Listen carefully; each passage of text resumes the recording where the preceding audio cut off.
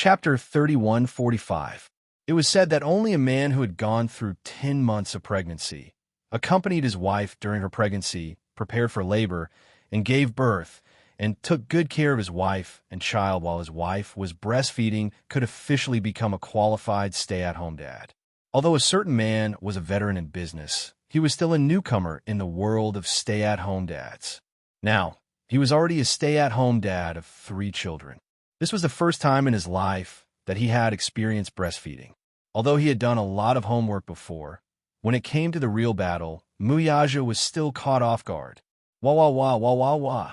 In the middle of the night, in the crib, the little Yue Yao struggled for a while before suddenly wailing. Unknowingly, the little Yue Yao was already 5 months old. After moving back from the confinement center, Muyaja considered for a long time before finally placing the crib in the bedroom. The master bedroom was a very large suite with a living room, a study, and a private bathroom. It was designed in the same way as the suite in the presidential hotel. As for the location of the crib, firstly, he did not want little Yue Yao to disturb the married life that he had been looking forward to for a long time. It had not been easy for him to survive 10 months of pregnancy, childbirth, and confinement. A certain man had long reached his limit.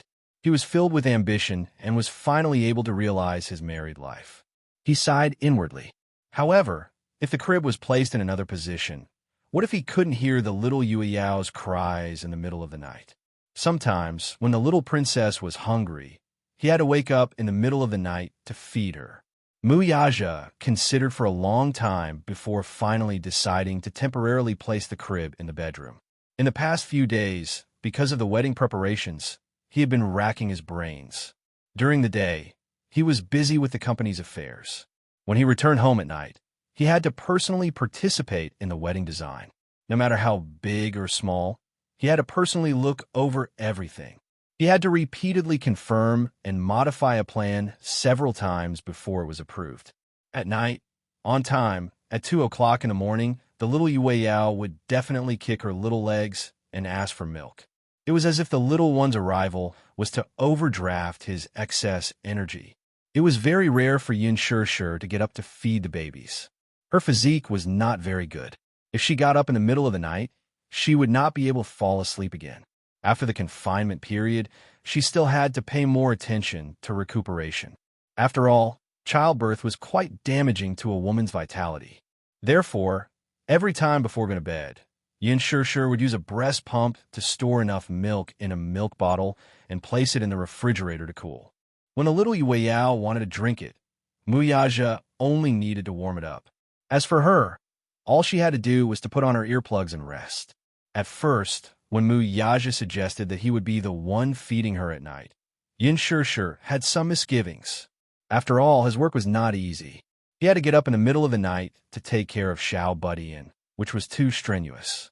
However, Muja said that, not to mention that Yin Shishir had just undergone surgery and still needed to recuperate, he enjoyed his passion for this job. However, a certain man had other plans in his heart. It was said that children at this age would start to recognize people. If he took care of her more, when she slowly grew up, she would definitely be the closest to him. Therefore, with this selfish motive, a certain new stay-at-home dad started his real life of taking care of a baby. Chapter 3146. Over time, he had figured out the pattern of his little princess. Usually, around 2 in the morning, this little princess would be hungry. Her biological clock was excessively accurate. She couldn't be a minute earlier or a minute later.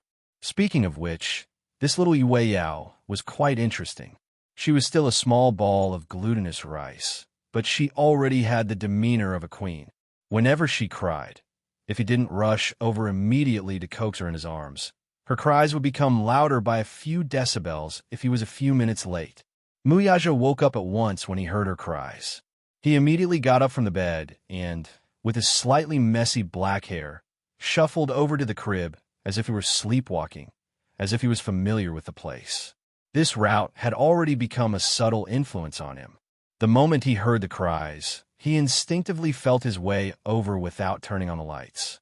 Little Yue Yao's cries grew louder. Muyaja squinted his sleepy eyes and hugged the soft little fellow in his arms. He coaxed her gently. Yes, yes. Your Majesty, this subject came too late to rescue you. This subject deserves 1,000 deaths. This subject knows his mistake. Your Majesty, please forgive this subject. When he opened his mouth, his voice was extremely hoarse. The sensor lights lit up. He looked down and saw that little Yao's little face was red from crying, as if she had been greatly wronged. Muyaja carried her into the living room. There was a crib in the living room. He placed her in it first, then quickly took out a milk bottle from the refrigerator. He quickly heated it up and shook it. Then, he walked over to the crib and carried Yao. She was still crying so hard that her little mouth was wide open. Muyaja took the opportunity to stuff the pacifier into her little mouth. Little Yao almost instinctively sucked on the pacifier. Her two tender little hands hugged the milk bottle just like that as she sucked on the milk. In the beginning, when they were changing the milk bottle, little Yao was a little unhappy. When it was stuffed into her mouth, she turned her head from time to time and rubbed against it, refusing to drink the milk obediently. Speaking of which, there was a slight difference between a milk bottle and a human's breasts. Hence, little Yao was very disdainful of the milk bottle. However, when it came to this, Yu was smart. He found a spare milk bottle and poured Coke into it. Then he stood by the crib and started to drink the Coke with relish in front of little Yao. Why else would there be a saying that out of someone else's pot was always the best? Little Yao was only a few months old. She already knew this. Hence, when she saw him hugging the milk bottle with relish, her originally tearful eyes. Her eyes widened in curiosity as she watched Yu sucking the cola from the milk bottle. Craving for it, she reached out her chubby little hands, wanting to drink it. Yu deliberately refused to give it to her, so little Yao grabbed his hand and asked for it. Yu waved the milk bottle in his hand to show off. He had an arrogant look on his face and refused to let her drink. Little Yao became anxious and started to cry loudly. Seizing this opportunity, Yu swapped the milk bottle and stuffed it into her arms. Little Yao was satisfied. She hugged the milk bottle and stopped crying. She smiled with tears in her eyes. Muyaja quickly took the milk bottle and fed it to her. Chapter 31:47. Thus, Yin Shishir had no choice but to squeeze the milk into a milk bottle and store it in the freezer. This was a good thing. After all, when little Yao drank milk, it often hurt her. Using a breast pump to suck the milk out would make her feel better. Thus, as time passed, little Yao started to drink milk from a milk bottle in advance. Muyaja carried Yao to the sofa and lowered his head to watch her drink milk. Little Yao's eyes were red from crying earlier, as if they had been dyed with rouge. With tears in the corners of her eyes, she hugged the milk bottle as if she had walked in the desert for several days and nights and finally found a clear spring. She drank it in big gulps as if she was thirsty. What a greedy little kitten. Muyaja gently scratched the tip of her nose.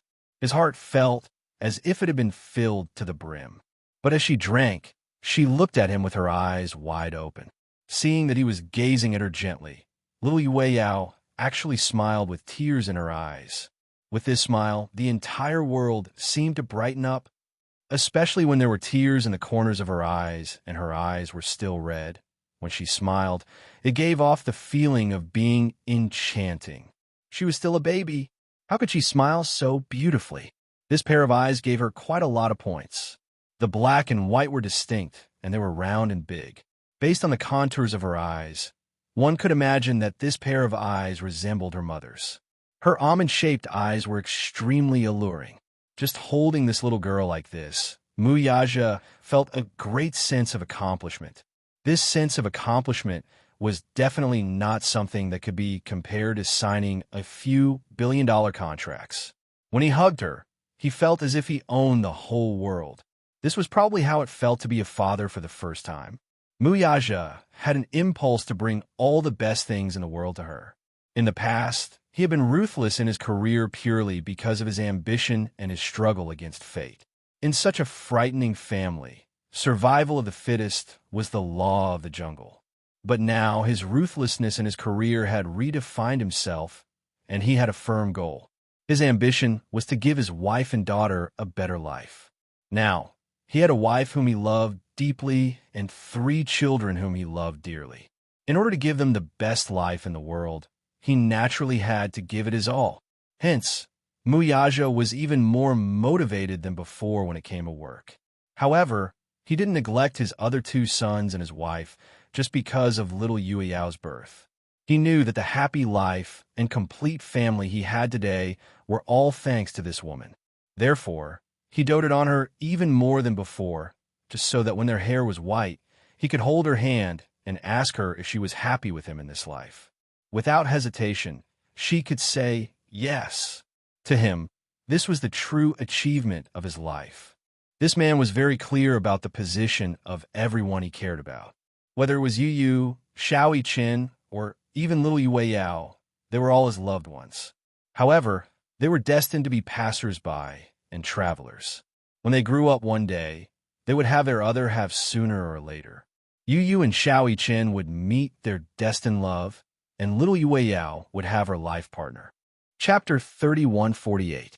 When it was time to feed, Yu got up and went to the bathroom. When he walked out of the room and passed by the living room, he saw Muyaja sitting on the sofa and feeding Yueyao. He immediately woke up and ran over to Muyaja's side.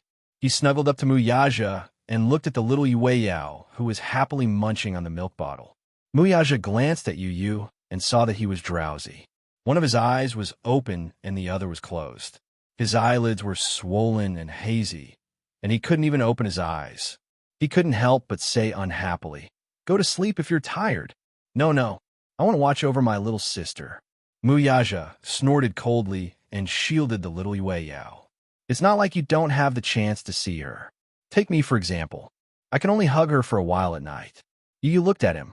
From his words, he felt that his father was a little jealous. It was probably because he didn't want to let go of the little Yueyao and didn't let him hug her. Now that he had the rare opportunity to hug the little princess, his expression was guarded, as if he was guarding against a thief. It was as if he would snatch the little Yueyao away the next second and run away. How childish. "Daddy, you're already so old. Why are you still acting like a little kid? You can hug her. No one will snatch her away from you." Muyaja was speechless. This guy. Ever since Yueyao was 5 months old, the ban on visitation was lifted. When Yin Shishir returned home from the confinement center, many people called and said that they wanted to visit her. However, Muyaja said that the child was too young and it wasn't convenient for strangers to visit her. But in reality, he had his own selfish motives. His daughter had just been born and he hadn't seen enough of her yet. When he thought about how he had to take care of the guests coming and going, he would have less time to spend with the child. He couldn't be bothered to entertain the guests who came to visit, so he made it clear that he was in a state of declining visitors. When the little Yueyao was a little bigger, his excuse would no longer be valid. Hence, on the first day after the ban was lifted, Jiang Shun and Lu Jinyu took advantage of the company's lunch break and rushed over with their bags. Yin Shishir hadn't even served them tea yet, but they couldn't wait to run to the crib and surrounded to look at the little queen lying in the crib. Little Yueyao could already lift her legs. It was said that babies at this age had very soft bones, but she could already lift her little feet. She held the soles of her feet with both hands and rolled around, enjoying herself. Little Yueyao wasn't afraid of strangers when she saw him. She blinked her watery eyes as if she was examining him. When Jiang Shun saw the little princess, he exclaimed and covered his mouth. His heart was about to melt. "So cute, so cute." Ah! Jiang Shun was a well-known lilicon. Lu Jinyu joked that if he gave birth to a daughter in the future, he would definitely be the world's top daughter slave. He loved beautiful little princesses the most. When he saw little Yueyao, it was as if he had lost his life. Little Yueyao had already grown up. Her fair and tender skin looked as if it could be broken by the slightest breeze. It was as fair and flawless as a freshly peeled shell. Other than her frighteningly thick eyelashes, she resembled Yin Shishir more. Her nose was still indistinguishable, but just by looking at the sharp tip of her nose, she seemed to have inherited Muyaja's high nose bridge. It was very exquisite. Her little mouth was small and cherry pink. She looked like Yin Shirshir. Chapter 3149. They had specially rushed over while Muyaja was in a meeting at the company. If Muyaja were around, he probably wouldn't bear to let them touch even a strand of her hair. Yin Shirshir saw Jiang Shun's eager expression and then turned to look at Lu Jinyu, whose eyes were glistening at the side. How could she bear to reject them? But do you know how to carry a child? A 5-month-old child's bones are very soft. You have to be careful when carrying her. Yes. I've carried a child before. I know how to carry a child. After Jiang Shun's older sister gave birth to her second child, he had carried a child. He had also asked his older sister for some tips on how to carry a child. Hence, he was rather confident in carrying a child. Yu Yu and Xiao Yiqin stared at them from the side. When Jiang Shun successfully carried little Yue Yao into his arms, Yu took a closer look at him. She was really relieved when she saw that Jiang Shun indeed knew how to carry a child. This small detail fell into Yun Shirshir's eyes, and she didn't know whether to laugh or cry. Are these two guys going to follow in their father's footsteps and become cis-obsessed from now on? However, not long after Jiang Shun carried the little princess in his arms, he saw that little Yue Yao had stopped moving and was staring at him eagerly. Suddenly, she turned her head and glanced at Yin Shirshir, who was standing at the side and looking at her with a smile. Suddenly, the corners of her mouth wrinkled slightly. It was as if a storm was brewing under the calm surface. Jiang Shun saw her little face contorted. Before he could figure out what was going on, he saw little Yue Yao clench her little pink fists and open her mouth to cry. Wah! Little Yue Yao had never liked to cry. However, whenever a stranger carried her, she would be very shy. When there was no room for her to struggle, she knew how to express her dissatisfaction by crying. Otherwise, how could she be described as a noble little queen? Now, she was very good at recognizing people. Apart from Muyaja, Gong Jia, and Yun Shirshir, even Yu Yu and Xiao Yiqin seemed to be condescending to be carried by these two little guys. It was fine if it was for a short period of time, but if it was for a longer period of time, she would get impatient and cry even harder. This little Yue Yao wasn't someone who could be controlled by ordinary people. Even Yin Shirshir was surprised. When he was young, Yu Yu's. Back then, no matter who carried him, he just didn't smile and would keep a straight face, but he didn't cry so easily either. However, this Yue Yao was very arrogant.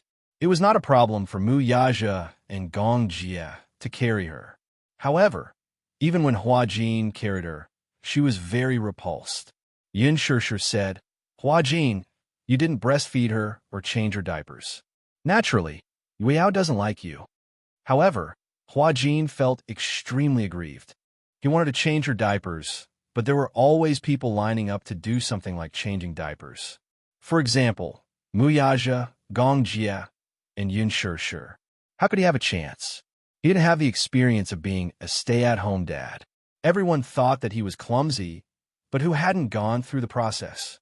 Moreover, there was a period of time when Hua Jin went to film, saying that he wanted to earn money for little Yue Yao's milk powder.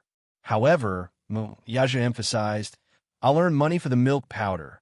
Then I'll earn money for Yue Yao's toys. Okay. Chapter 3150. However, Jiang Shun felt aggrieved. How long had he held her in his arms? It hadn't even been half a minute. Why was she crying so hard? She wasn't giving him any face at all. Seeing this, Yu Yu finally felt satisfied. He was overjoyed. I knew it. How could little sister be so easily hugged? My little sister is very prideful. Not just anyone can hug her. She's very shy with strangers. If she doesn't like someone, she won't even let him hug her for a second. He emphasized the word someone she doesn't like. Jiang Shun felt that he was being attacked for no reason. He protested innocently. I've only just met the little princess for the first time. If it weren't for Boss, I would have won the little princess's heart long ago. Yi, what are you talking about? You're not loving at all. Why aren't you comforting Uncle Jiang? Instead, you're gloating at his misfortune. Because he can't hug little sister for long. If he hugs her for too long, she'll cry too. He doesn't give her any face at all. Xiao Yiqin mercilessly exposed him. Yu Yu's smug face instantly darkened. His little face fell as he rebuked Xiao Yiqin. Do I need you to expose me?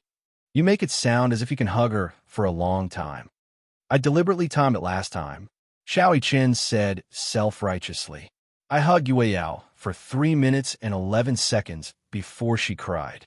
Yin Shishir found it interesting and asked, then how long did you persist in hugging little sister? 1 minute and 59 seconds. Xiao Yichen put his hands on his waist, feeling very proud of himself. Yu Yu's face darkened even more. He glared at Xiao Yichen angrily. Lu Jinyu found the two little fellows too adorable. He was convulsing with laughter at Xiao Yichen's serious tone. These two little fellows were too funny. Little Yue Yao saw that they were chatting happily and seemed to have neglected him. So he cried even louder. Yin Shishir was about to say that she would take over when Lu Jinyu volunteered. Let me try carrying him instead. Jiangshan refused. Lu Jinyu said, you must think that you'll lose face if Yue Yao laughs if I carry you. Are you scared? Who said I'm a coward? Jinyu, it's the same even if you carry him. This little guy is very good at recognizing people. If you don't believe me, you can try. Naturally, Lu Jinyu refused to admit defeat. He walked forward and carefully took the baby Yue Yao from his hands. As soon as he took the baby, the Yue Yao saw that it was someone else. However, when it opened its eyes and saw that it wasn't the person it wanted, it seemed to be angry and cried louder. It even raised its two stubby legs and kicked Lu Jinyu fiercely. How much strength could a 5-month-old baby have at his legs? Moreover, Lu Jinyu often worked out and had a lot of strength in his arms. Her kick didn't hurt or itch at all. He didn't feel anything at all. However, it was obvious that the little fellow was very repulsed by him. Jiangshan was smug when he saw this. See, I told you, this little Yue Yao can recognize people. She'll cry even if you carry her. However, Lu Jinyu was indignant. You only know how to make sarcastic remarks. Yin Shishir couldn't stand it anymore. She saw that Yue Yao was crying so hard that her voice was hoarse. Afraid that she would cry until she fainted, Yin Shishir immediately walked forward and said, let me carry her. Our savior is here. Our savior is here. Lu Jinyu said, breaking out in cold sweat. Chapter 31:51. Seeing that I had lost control of my emotions, Han Xiao immediately hugged my shoulders gently. Everything will pass. Although I don't know what happened. Xiaochuan, I will be with you. Han Xiao, will you look down on me? I asked in a choked voice. I really don't know. I didn't want to. I feel like a failure. So dirty. The people at the pharmacy said that my life is over. It will become a stain that I can't erase. What should I do? Han Xiao's eyes reddened when she saw that I was crying. She said, Xiaochuan, don't let your imagination run wild. Don't worry. No matter what happens, I will believe you. Ectopic pregnancy was a terrifying nightmare for women. I didn't know what ectopic pregnancy meant when I was young, and I didn't know that ectopic pregnancy couldn't be aborted with medicine. It could be fatal. At that time, because of my shame, I didn't dare to step into a place like the hospital. In my heart, doctors were sacred.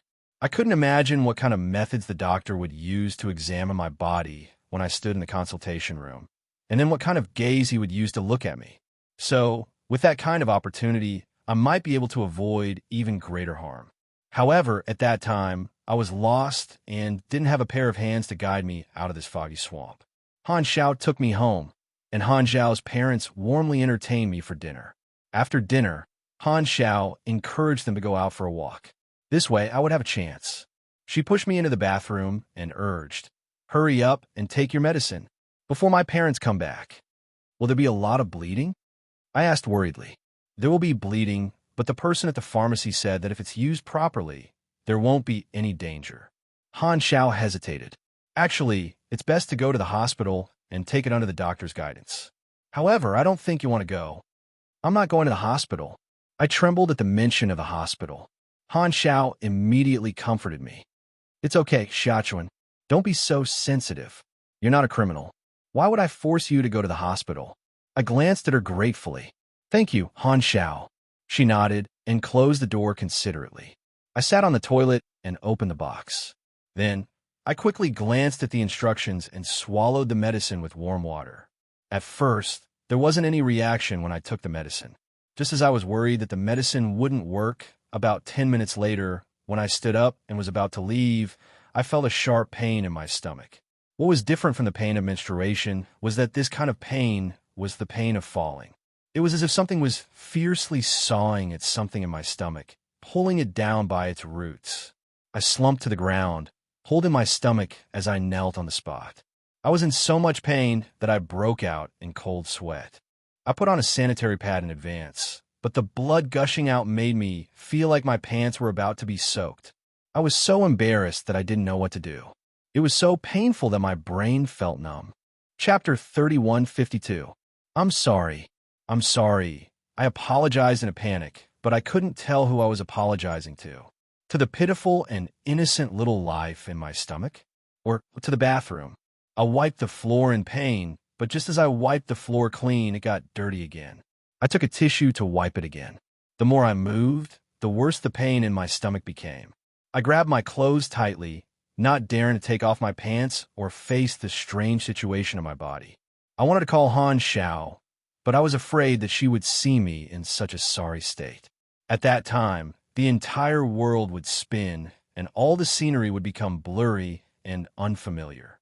I struggled to get up from the ground, but the pain made me kneel on the ground. My body curled up like a shrimp, shivering. I suddenly felt cold. My whole body was cold. Outside the door, Han Xiao suddenly knocked. Xiaochuan, how are you? Are you done?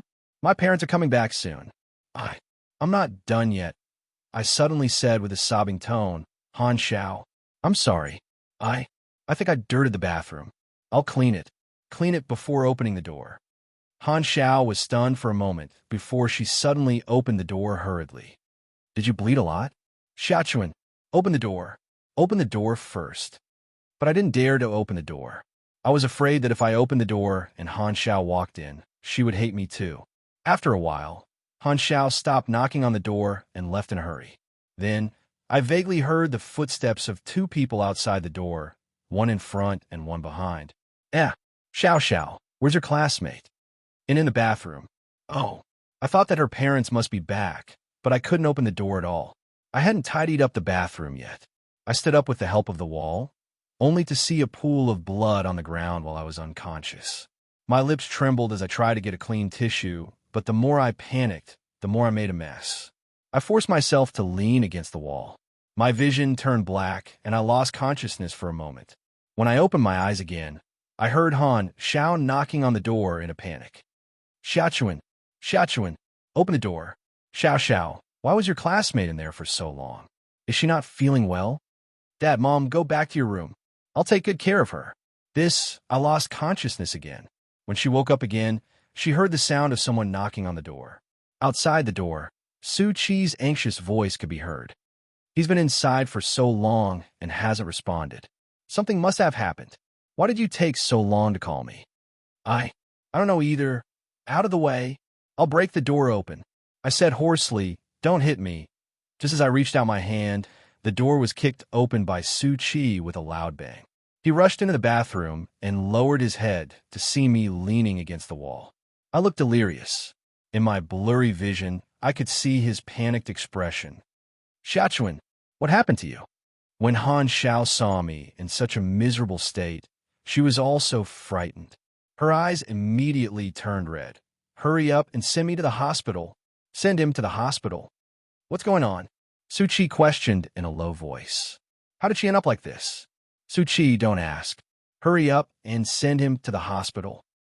Chapter 31:53. I don't want to go to the hospital. Su Chi frowned and said angrily, What nonsense are you saying? Beside him, Han Xiao also urged, Su Chi, take her to the hospital first. Leave this to me. Su Chi nodded and carried me out the door. I felt as if blood was flowing out of my body, wetting his sleeves. I grabbed his lapels and said, Su Chi, don't worry about me, okay?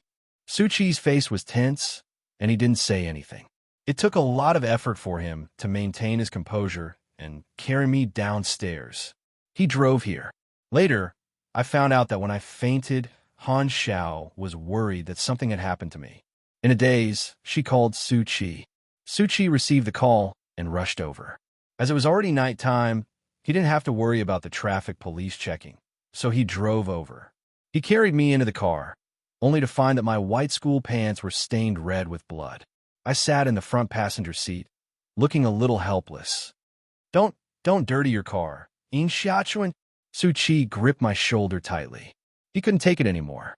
I looked into his bloodshot eyes, as if he was enduring something. I heard him say word by word, "I'm begging you, okay? When you're better, I'll listen to whatever you say. But now, let me make sure that you're safe and sound.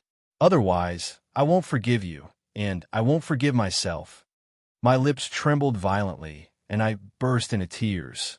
Seeing that I was crying, Suchi's tone softened. "I'll take you to the hospital first." Then, he fastened my seatbelt, closed the door, and got into the driver's seat. With trembling hands, he turned the key lock and started the car. Along the way, I clutched my abdomen, my face contorted in pain. In the end, I couldn't take the pain anymore and cried softly. When he heard me cry, he pursed his lips. His eyes were red and tears flowed silently. After running many red lights along the way, he brought me to the hospital. He didn't have time to park the car in the parking lot, so he parked it by the side of the road. He carried me and ran into the hospital. Standing in the rushing crowd, he shouted, "Doctor, save her, save her. She lost a lot of blood." I knew that he rarely came to the hospital by himself. He once patted his chest and told me that he had been very healthy since he was young. Even if he had a fever or a cold, he rarely came to the hospital. Therefore, he did not know whether he should register first or send him directly to the emergency room. I suddenly grabbed his arm tightly and begged, "Suchi, no matter what happens, don't tell Indong-yu, okay?" After saying that, I was in so much pain that I couldn't speak anymore. I curled up in his arms, my consciousness alternating between sober and confused. The pain in my abdomen was getting more and more obvious. What happened after that? I lost consciousness. He only knew that when he woke up again, he was already in the ward. I opened my eyes. Suchi, who had been watching over me all night, finally looked relieved when she saw that I was awake. "Shachuan, you're awake." I looked to the side and saw a bag of blood hanging from it. Suchi immediately took my hand. His palm was so warm, but I felt that it was burning and subconsciously retracted my hand. I said, "Well, what's wrong with me?" The doctor said, Chapter 31:54. Oh, I pretended to be calm and pursed my lips. I didn't want to show too much helplessness in front of him, so I pretended to be relaxed and asked, "Then, did you lose the one in my stomach?" Suchi's gaze became a little unfamiliar. He looked at me silently for a while before suddenly asking, "Shachuan, you're pregnant? Why didn't you tell me? When did this happen? And who's the child?" I asked casually, "Did you lose the child?" Suchi saw that I was deliberately avoiding the topic and hesitated. Perhaps he was understanding that under such circumstances, he couldn't sit down and talk about it properly. He only said, "No, it's an ectopic pregnancy. I need surgery." His expression was so gloomy that I didn't know how to continue. Then, I pursed my lips a little embarrassed, but I had to be thick-skinned and say, "Can you lend me some money? When I'm better, I'll go to work. No matter what, I'll definitely pay you back." Suchi lost control and said, "Who wants you to pay me back? Do you need to borrow money from me?" "No, I have to pay you back." I said calmly, "I don't want to owe you anything." Suchi was silent for a long time. He covered his eyes weakly and took 2 deep breaths before saying in a choked voice, "Shachuan, so, is this why you're avoiding me? Is that why you don't want to continue dating me? Do you think I'll despise you?" I silently tugged at the blanket and looked at the white sheets, unmoved. "Suchi, don't worry about me. You don't owe me anything. There's no need to do so much for me.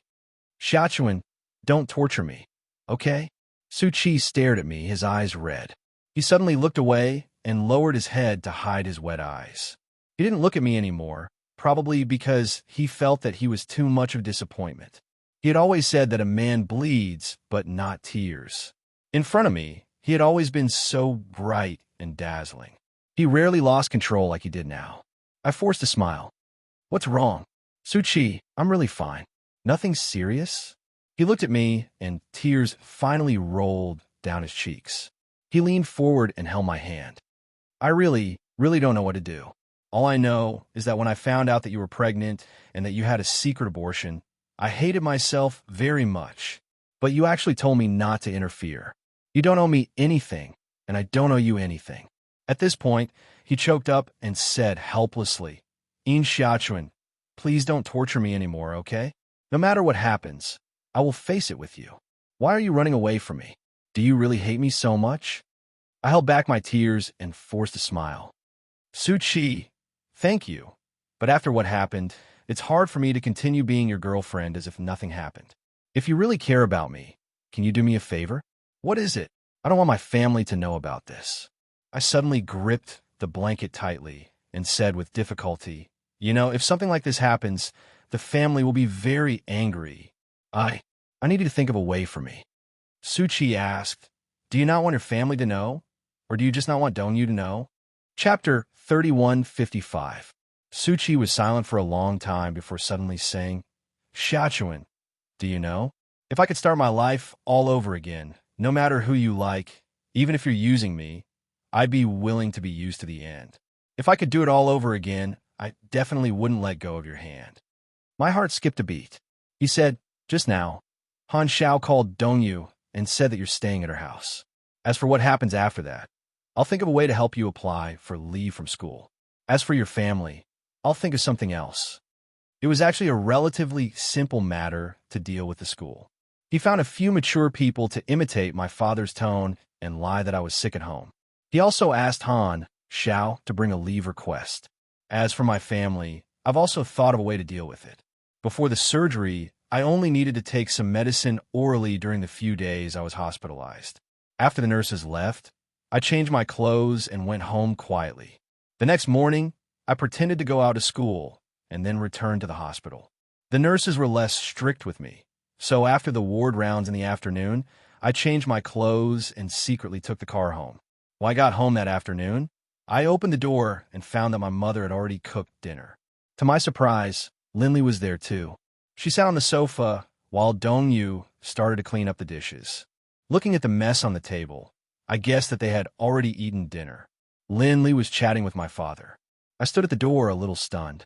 Then I heard my mother walk over after clearing the table. She enthusiastically poured Linley a cup of tea and said with a smile, "Lily, don't be so formal. Treat this as your own home." I thought that my family would be worried about me after I hadn't been home for a day.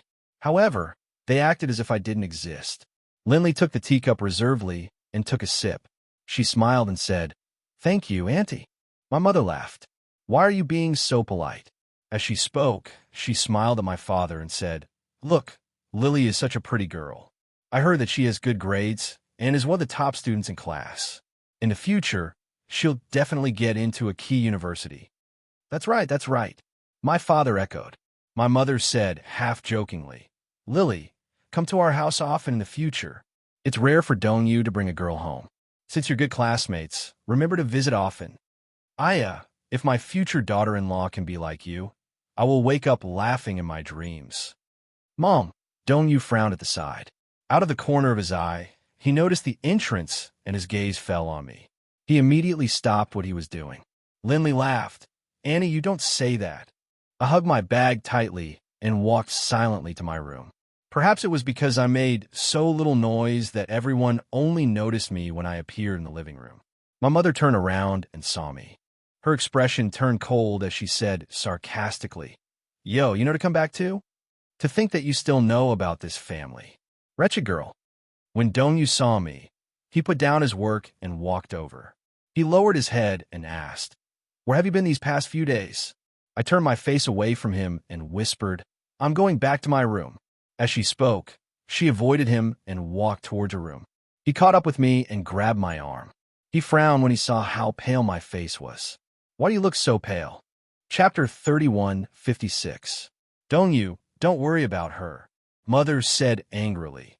"She has a home and doesn't want to go home. I don't know where she's fooling around. She's only in her teens, and she's already so troublesome. I think she's grown up. The exams are coming up soon. Let's see what she's going to do. If she can't get into high school, she'll have to fend for herself." My expression turned even uglier when I heard this. Dongyu said unhappily, "Mom, cut it out. Xiaochuan is already so old and has her own opinions. Mother didn't say anything else. Dongyu took my arm into the study and closed the door. He looked down at my face and asked in a low voice, "Where have you been these past few days?" I was at Han Zhao's house. You're lying? Dongyu saw through my lie at a glance. You can lie to anyone, but you can't lie to me. Look into my eyes and speak. I pushed him away forcefully and said angrily, Dongyu, that's enough. You're the one who distanced yourself from me. What's this about? Dongyu's face was ashen as he said, You're my sister. It's my responsibility to care about you. I let out a cold laugh and ignored him. I placed my bag on the table and suddenly rummaged through it to find his notebook. These were his homework notes from middle school. He'd given them to me to copy. I subconsciously rubbed my hand against my pants until I thought I'd wiped it clean and wouldn't dirty his things. Then I handed the notebook back to him. Here, take it back. I didn't look at his face, but I heard his voice turn slightly cold. Are you done copying? Yes. Do you understand everything? Yes. Then Dongyu saw my cold attitude and thought that it would be difficult for me to talk to him again. He took a deep breath and said, Sleep early. Good night. It was only after he left the room that I opened a drawer and took out the diary. I flipped through the thick pages and wrote down today's diary. I'd kept the habit of keeping a diary since I was in the 4th grade of primary school. At that time, I liked to write down everything that was going well, unhappy, happy, and unhappy, as well as secrets related to Dongyu in my diary. To me, keeping a diary was like pouring out all my unspeakable secrets into a tree hole. The diary is like my tree hole. Every night before going to bed, I would hide in this tree hole and silently tell it about my worries. Because in this world, it seemed that only by talking to oneself could one unreservedly vent one's hidden thoughts. When would even Dongyu be unable to keep everything to himself? The growth of a person was like building a thick fortress for oneself and hiding oneself within it. It was as if the stronger the fortress, the safer one would feel. The older one grew, the more guarded one would be, and the harder it would be for one to get close to others. When he was young, no matter who his friends were, they could talk about anything. They were like happy little birds, unable to hide their thoughts. However, as he grew up, he realized that there were fewer and fewer people close to him. The secrets in his heart also increased, and the burden on his back became heavier. As he walked on, he was already staggering. In short, humans were creatures with strong instincts. When his fingers touched the fire, it would be so hot that he would subconsciously retract his hand. When one touched something sharp, one would be injured. Knowing the pain, one would also know to shrink back. Chapter 31:57. Sometimes I felt like a hopelessly stubborn idiot. I gripped the blade so tightly that my hands were covered in blood, but I refused to let go. Opening the diary, I wrote with difficulty on this page. Liking someone I shouldn't have is like sailing against the current with no end in sight. It's hard to advance or retreat. Liking you and love are the same thing. They're inseparable. If I give up, I'll give up everything. But if liking you only brings me pain, I'm willing to give up everything. I closed the diary and hugged it tightly in my arms. Tears fell unconsciously. The next morning, I carried my bag to school as if nothing had happened. In the past, Dongyu and I would go to school together, but early in the morning at the intersection, I parted ways with him. He walked in front, and while he wasn't looking, I took a taxi to the hospital. Suchi gave me a few hundred yuan. When I took the money, my face burned. If I had the ability, I would never have taken the money. After taking a taxi to the hospital, I obediently went back to my ward and lay down. For the next 2 days, I would sneak home at night and sneak to the hospital in the morning. After school, Suchi would come to the hospital to accompany me. Han Xiao would come too. After what had happened at her house that day, I saw that her face was red and swollen. There were signs of a beating, and I felt even more guilty. 2 days later, I had surgery. Suchi paid for all my medical bills. Before entering the operating theater, Suchi accompanied me to the outside. He held my hand tightly and said, Don't be nervous. The doctor said it's a small surgery. I won't go anywhere. I'll wait for you here. Okay. I closed my eyes and allowed myself to be pushed into the operating theater. Outside the operating theater, there were a few surgical trailers parked. It gave me the illusion that this was not an operating theater, but a slaughterhouse. It might be a little unkind to say that, but I looked at the doctors squatting outside the door, leaning against the wall. Their sterile clothes were stained with blood, but they could still chat casually with smiles on their faces. Perhaps they had seen too much of life and death, so they took a surgery like mine lightly. After the anesthetic, I lost consciousness. When I woke up again, I was in the ward. I opened my eyes, only to see an empty ceiling. Suchi. As soon as the anesthetic wore off, the pain came again and again. I forced myself to sit up. When I leaned against the headboard, I saw that the room was full of people. There was Dongyu, Daddy, Mommy, Suchi, Han Xiao. I was frightened by the scene in front of me. I didn't know if I was dreaming or in reality. I didn't know why they would appear here. Suchi stood at the side with a gloomy expression. Dongyu sat by the bed without a word. Mom. I opened my mouth in a daze and spat out a word with difficulty. Seeing that I had woken up, my mother's anger flared up again. In the next second, she rushed over, grabbed my hair, and slapped me twice. In Shachuan, are you trying to anger me to death? How did you get pregnant? You're still in junior high school. You're still in junior high school. You're so young, yet you don't know how to behave. Didn't I tell you before that girls should have self-respect and self-respect? Did you turn a deaf ear to my words? Chapter 31:58. My mother was obviously furious. She pointed at me, slapped and hit me, and said without thinking, "Why are you so cheap? How did I give birth to such a shameless daughter like you? Other people's daughters are very obedient. How did I end up with such a good-for-nothing like you? Are you trying to anger me and your father to death?" Dongyu walked over and pulled her back. "Mom, calm down. Xiaochuan is still insensible. Don't blame her." "If I don't blame her, who else can I blame?" My mother pushed him away. "Get out of my way." With that, she grabbed my arm and dragged me off the bed. She grabbed my clothes angrily and hit me. "See how I'll teach you a lesson today. So what if I hit you? I don't have a daughter like you. I'll just beat you to death, once and for all." She slapped me, swearing and swearing. Suchi immediately rushed forward to protect me, crying, "Auntie, Xiaochuan has just had surgery. Don't hit her. Her body won't be able to take it. If you protect her, do you believe that I will beat you up too?" My mother shouted hysterically, "If I'd known that you were such a disappointment and made me lose so much face, I would have ruthlessly aborted you when I was pregnant with you. I shouldn't have kept you. If only I had aborted you. I don't have a daughter like you. I don't have a daughter like you." When I heard this, my body trembled violently. I knelt on the ground in front of her with a numb face. "Mom, I know I was wrong. So, hit me hard, okay? I won't complain even if you beat me to death. But don't scold me, okay? I would also feel humiliated. I would also feel ashamed. I would rather she hit me hard than say such cruel words." When Dongyu heard this, he seemed to break down. He rushed up to her and pushed her away, shouting at her, "Mom, shut up. It's time to stop." He turned to look at me, his eyes filled with heartache. He clenched his fists and said, "She's my sister and your daughter. Don't you think it's too cruel of you to say that?" "You." His mother looked at him in shock. She probably found it hard to imagine that Dongyu, who had always been obedient, would refute her like this. Dad stood by the side and sighed. He questioned me. "Then tell me, who is the father of the child? Who did this to you?" I didn't speak. Dongyu looked at me nervously. Suddenly, he knelt beside me and pulled me into his arms.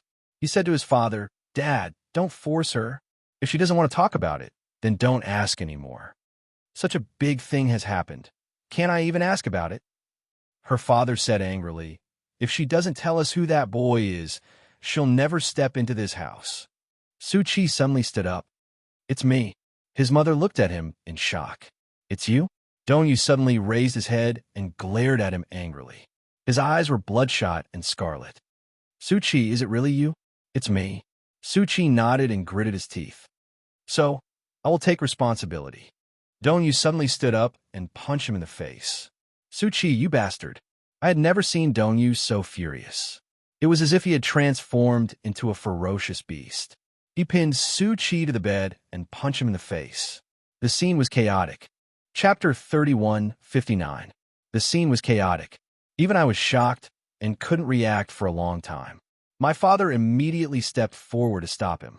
Su Chi pushed Dongyu away and said angrily, Dongyu, calm down. However, Dongyu grabbed him by the collar with both hands and glared at him. He roared, I warned you, I warned you. Su Chi. I covered my ears and screamed, stop hitting him. Everyone was stunned and turned to look at me. My body swayed as I said weakly, it's not him, what? Dongyu was stunned as well. Su Chi frowned slightly. Before he could stop me, I said again, it's not him, it's really not him, so, stop hitting him, stop hitting him. Han Xiao couldn't stand it anymore. She came over and hugged me, pleading, Uncle, Annie, I know I have no right to speak. This is your family matter, but Xiaochuan knows she's in the wrong. But what does she know? How much care have you guys shown her? She doesn't know anything. When she makes a mistake, you only know how to hit her and scold her. But who really cares about her? Han Xiao started crying. If one has to pay the price for doing something wrong, Xiaochuan has already paid the price. Isn't that enough? Isn't that a heavy enough price? Are you heartbroken for her? Or are you heartbroken for your own reputation? I bit my lip hard to stop my tears from falling. In the past, whenever I made a mistake, my mother would question me angrily whenever I cried. How could I have the cheek to cry after doing something wrong? I didn't have the face to cry, so I tried my best not to. I didn't want to make them angry anymore. Not all. I had no idea how the farce ended. I only knew that my parents insisted on returning the medical fees to Su Chi and then went back. They left Dongyu and Su Chi to take care of me. At that time, I didn't know how Dongyu felt when he stood guard by my bedside, or how he looked at me with those eyes. All I knew was that he was lying next to me, hugging me tightly even in his sleep. It was as if he wanted to give me the greatest sense of security he could possibly give me. I looked at his face. His eyes were closed, and he looked calm. However, his brows were slightly furrowed. Even in his sleep, it was hard to calm down. I also wanted to hug him tightly, but every time I raised my hand in the air, I would retract it resentfully. She couldn't hug him. If he didn't approach her, he wouldn't have any thoughts about her. If you don't touch it, your heart won't be affected. We can no longer be like when we were young. When we were in our hometown, I would hug him, pinch his nose from time to time, ravage his hair, and then lean on him to listen to his stories. But now we can't do that anymore. After I was discharged from the hospital, my father applied to the school, saying that I was unwell and went through the procedures to suspend my studies. So I rested at home, shut myself in my room, and ate very little. Occasionally, I would read a book or write a diary. Every time Dongyu returned home from school, he would come to my room and sit by my side, accompanying me silently. He didn't speak much, and I rarely spoke to him. I would just hold the drawing board and draw casually on it.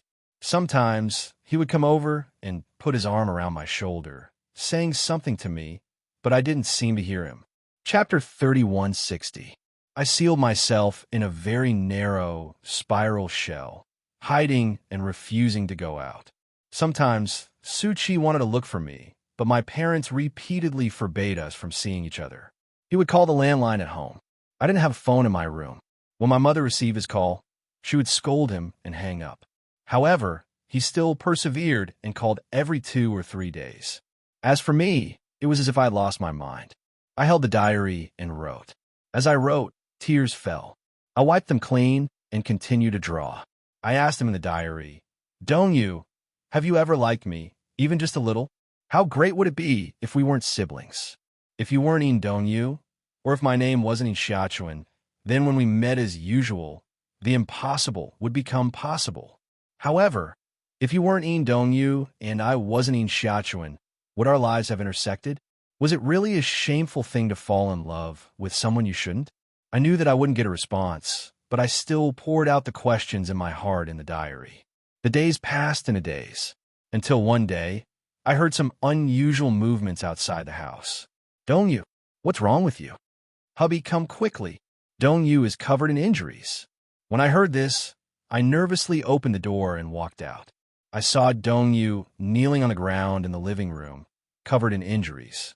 His face was covered in bruises, and the blood clot at the corner of his eye was especially heavy. It looked like someone had punched him hard. When I saw this, I pounced on him like a madman and asked in a panic, "Brother, what's wrong with you?" Dongyu raised his eyes to look at me, but the corners of his lips curved into a gentle smile. "That person's name is Fong Liang, isn't it?" I was stunned as if I'd been struck by lightning. He put his arm around my shoulders and pulled me into his embrace. He gently stroked my back and forced a smile. He gently coaxed me. "Don't be afraid, okay? I've already taught that person a lesson for you." As he spoke, his voice choked with sobs, and he hugged me even tighter. "Don't be afraid. Even if it's hell, I'll be with you." I saw tears fall from his eyes, and my heart ached so much that it was suffocating. What the hell happened? Her mother and father were pacing around anxiously. Outside the door, Su-Chi chased after him. He was also covered in injuries. His school uniform had been torn a few times, and there were obvious signs of being hit on his face. He walked up to Dongyu, panting slightly. He glanced at me again, clenched his fists, and silently released them. I immediately realized what had happened. I slumped to the ground, my heart clenching. It all started when Su-Chi and Dongyu bumped into a group of young men on their way home. One of them was Fong Liang. Fong Liang told Su-Chi that he was going to the bar to have fun, but his car had been detained by his family, so he had asked Su-Chi to borrow his car. Su-Chi said that the keys were at home, so Fong Liang said that he wanted to go back to get them. On the way, Su-Chi unintentionally mentioned my name. As I was grounded and could hardly leave the house, he could only get news of me from Dongyu. When Fong Liang heard my name, he found it familiar. After asking, he suddenly smiled contemptuously and said, "Oh, so it's her." Chapter 3161. Have you forgotten? That day, we went to the KTV to sing. Your little girlfriend was there too. Why? Didn't you guys break up? Su-Chi was vague. Fong Liang suddenly smiled ambiguously and said casually, "Su-Chi, you can't do it. Isn't it a pity to break up after dating for so long without having sex? However, as your brother, I'll do it for you." As soon as he said that, before Su-Chi could react, Dongyu grabbed him by the collar with an ashen face and punched him hard in the face with a devastating fury. A few young men who were with Fong Liang came over to hit him when they saw this. Su-Chi reacted and the group got into a scuffle. However, Su-Chi and Dongyu had always been clear about their grudges. They were covered in injuries, but Fong Liang was seriously injured. He had broken ribs, broken fingers, multiple soft tissue injuries, and a moderate concussion. Dongyu hugged me and kept mumbling, "Why did you hide it from me? How would you hide it from me?" I hugged his waist helplessly, tears streaming down my face. Not long after, the police arrived and brought Su-Chi and Dongyu back to the police station for investigation. I took a taxi with my parents and rushed to the police station. Only then did I find out that Fong Liang had been seriously injured. As it involved serious injuries, this was no longer a simple fight between students. Any minor injuries would constitute a criminal case. Soon, Fong Liang's relatives arrived. They were a man and a woman. The man claimed to be Fong Liang's brother, and the woman was Fong Liang's mother. The two of them were arrogant and showed off in front of the police station, saying that they would severely punish the two criminals, Su-Chi and Dongyu. Beating someone up at such a young age? Fong Liang's mother was dressed elegantly. It was said that the Fong family was considered a prestigious family in the capital. They came from a guest house and had a powerful background. I later found out about the rumors about Su-Chi. Someone saw Su-Chi accompanying a girl to the hospital for an abortion. I asked Su-Chi about it, and he said that the girl was pregnant, but it wasn't his. He refused to say who had gotten her pregnant, saying that it was a secret. Only then did I know that this person was Fong Liang. Perhaps it was because of their family background and their father's background that no one dared to offend the Fong family. Fong Liang was the only child in the family, so he was spoiled since he was young. When he was in junior high school, he hung out with the youths in society. When he was in high school, he drove luxury cars to nightclubs and bars. His father wanted to arrange a good future for him. Through his connections, he arranged for him to go to a famous university. However, he was not in the mood to study at all. After 2 years, he quit school and stayed at home. Now that Fong Liang was seriously injured and in the hospital, the Fong family must be furious. Therefore, when they were at the police station, they were so arrogant that they were cursing. "Who are the 2 students who beat up my brother? Stand out. I'm going to break their legs today." On the surface, the police pretended to sternly stop them, but they didn't do anything substantial to stop them. It seemed that they were more or less afraid of the Fong family's power. On several occasions, when Fong Liang's brother found out that we were Dongyu's family, he pretended to rush up to us. If the police hadn't stopped him, he would have swung his fist at us. His mother was so scared that she was trembling and out of her wits. Chapter 3162. While I was on tenterhooks, I heard Fong Liang's mother say angrily outside the door, "My son has always been very precious. Since he was young, no one dared to touch him. Now he's lying in the intensive care unit, his life and death unknown. Sentence them. We must sentence them. They're so ruthless at such a young age. Won't they become murderers when they grow up? These 2 students are destined to be the scum of society. It's not too much to sentence them to death. If the law can't sentence them, my Fong family is not to be trifled with. Just wait and see." After I heard that, I struggled for a long time in my heart. Suddenly, I didn't know where the courage came from. Suddenly, I stood up and walked out of the door until I stopped in front of the woman. When she saw me, she frowned. I spoke before she could say anything. "Auntie Fong, I suggest that you come forward and reconcile with our family." "Oh, you're the sister of the student who hit someone, right?" What an arrogant tone. "Get lost." On the side, the man said, "Suing those 2 students for intentional injury. They should be adults, right? The sentence won't be light." After I heard that, I clenched my fists and pretended to be calm. "If you dare to sue my brother for intentional injury, then I'll sue Fong Liang for rape of an underage girl." My parents chased after me. When they saw this scene, they were stunned on the spot. My mother quickly came up to pull me. I shook off her hand and stared at Fong Liang's mother without blinking. Rape of an underage girl? I clenched my fists, took a deep breath, and said word by word, "I just had an abortion a few days ago. Fong Liang took me to a hotel while I was drunk. You don't know about this, right? Fong Liang should be 20 years old, right? Since he's already an adult, then the crime of raping an underage girl is much more serious than intentional injury, right? If you insist on making a big deal out of this, I don't mind accompanying you to the end." Fong Liang's mother said angrily, "Based on your words, what evidence do you have to say that my son raped you?" "It's rape, Auntie." I endured the unprecedented humiliation and pretended to be calm, but I said each word with tears of blood. "If you don't believe me, I think the hotel has a record of the room. Also, if an investigation is filed, I'll cooperate in all aspects. No matter how you want to collect evidence, I'll accept it." "What?" "I know that the Fong clan is quite powerful. Commoners like us can't compete with you." After a pause, I said with a sobbing tone, "But if I expose it to the media, I'll be in trouble. Do you have the ability to suppress it?" "You." Fong Liang's mother took a few steps towards me. She gritted her teeth and said, "Do you think a little liar like you can threaten me? Or are you overestimating yourself and want to fight?" "Yes." "You say yes. Then we'll see. I Fong Fong's mother die. She acted domineering, but my attitude was equally domineering.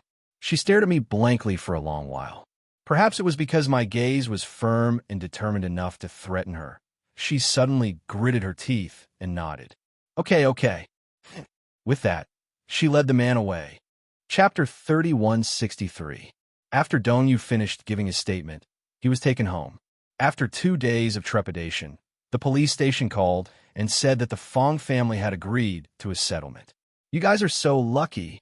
After offending the Fong family, you actually have the ability to get those people to settle the matter peacefully."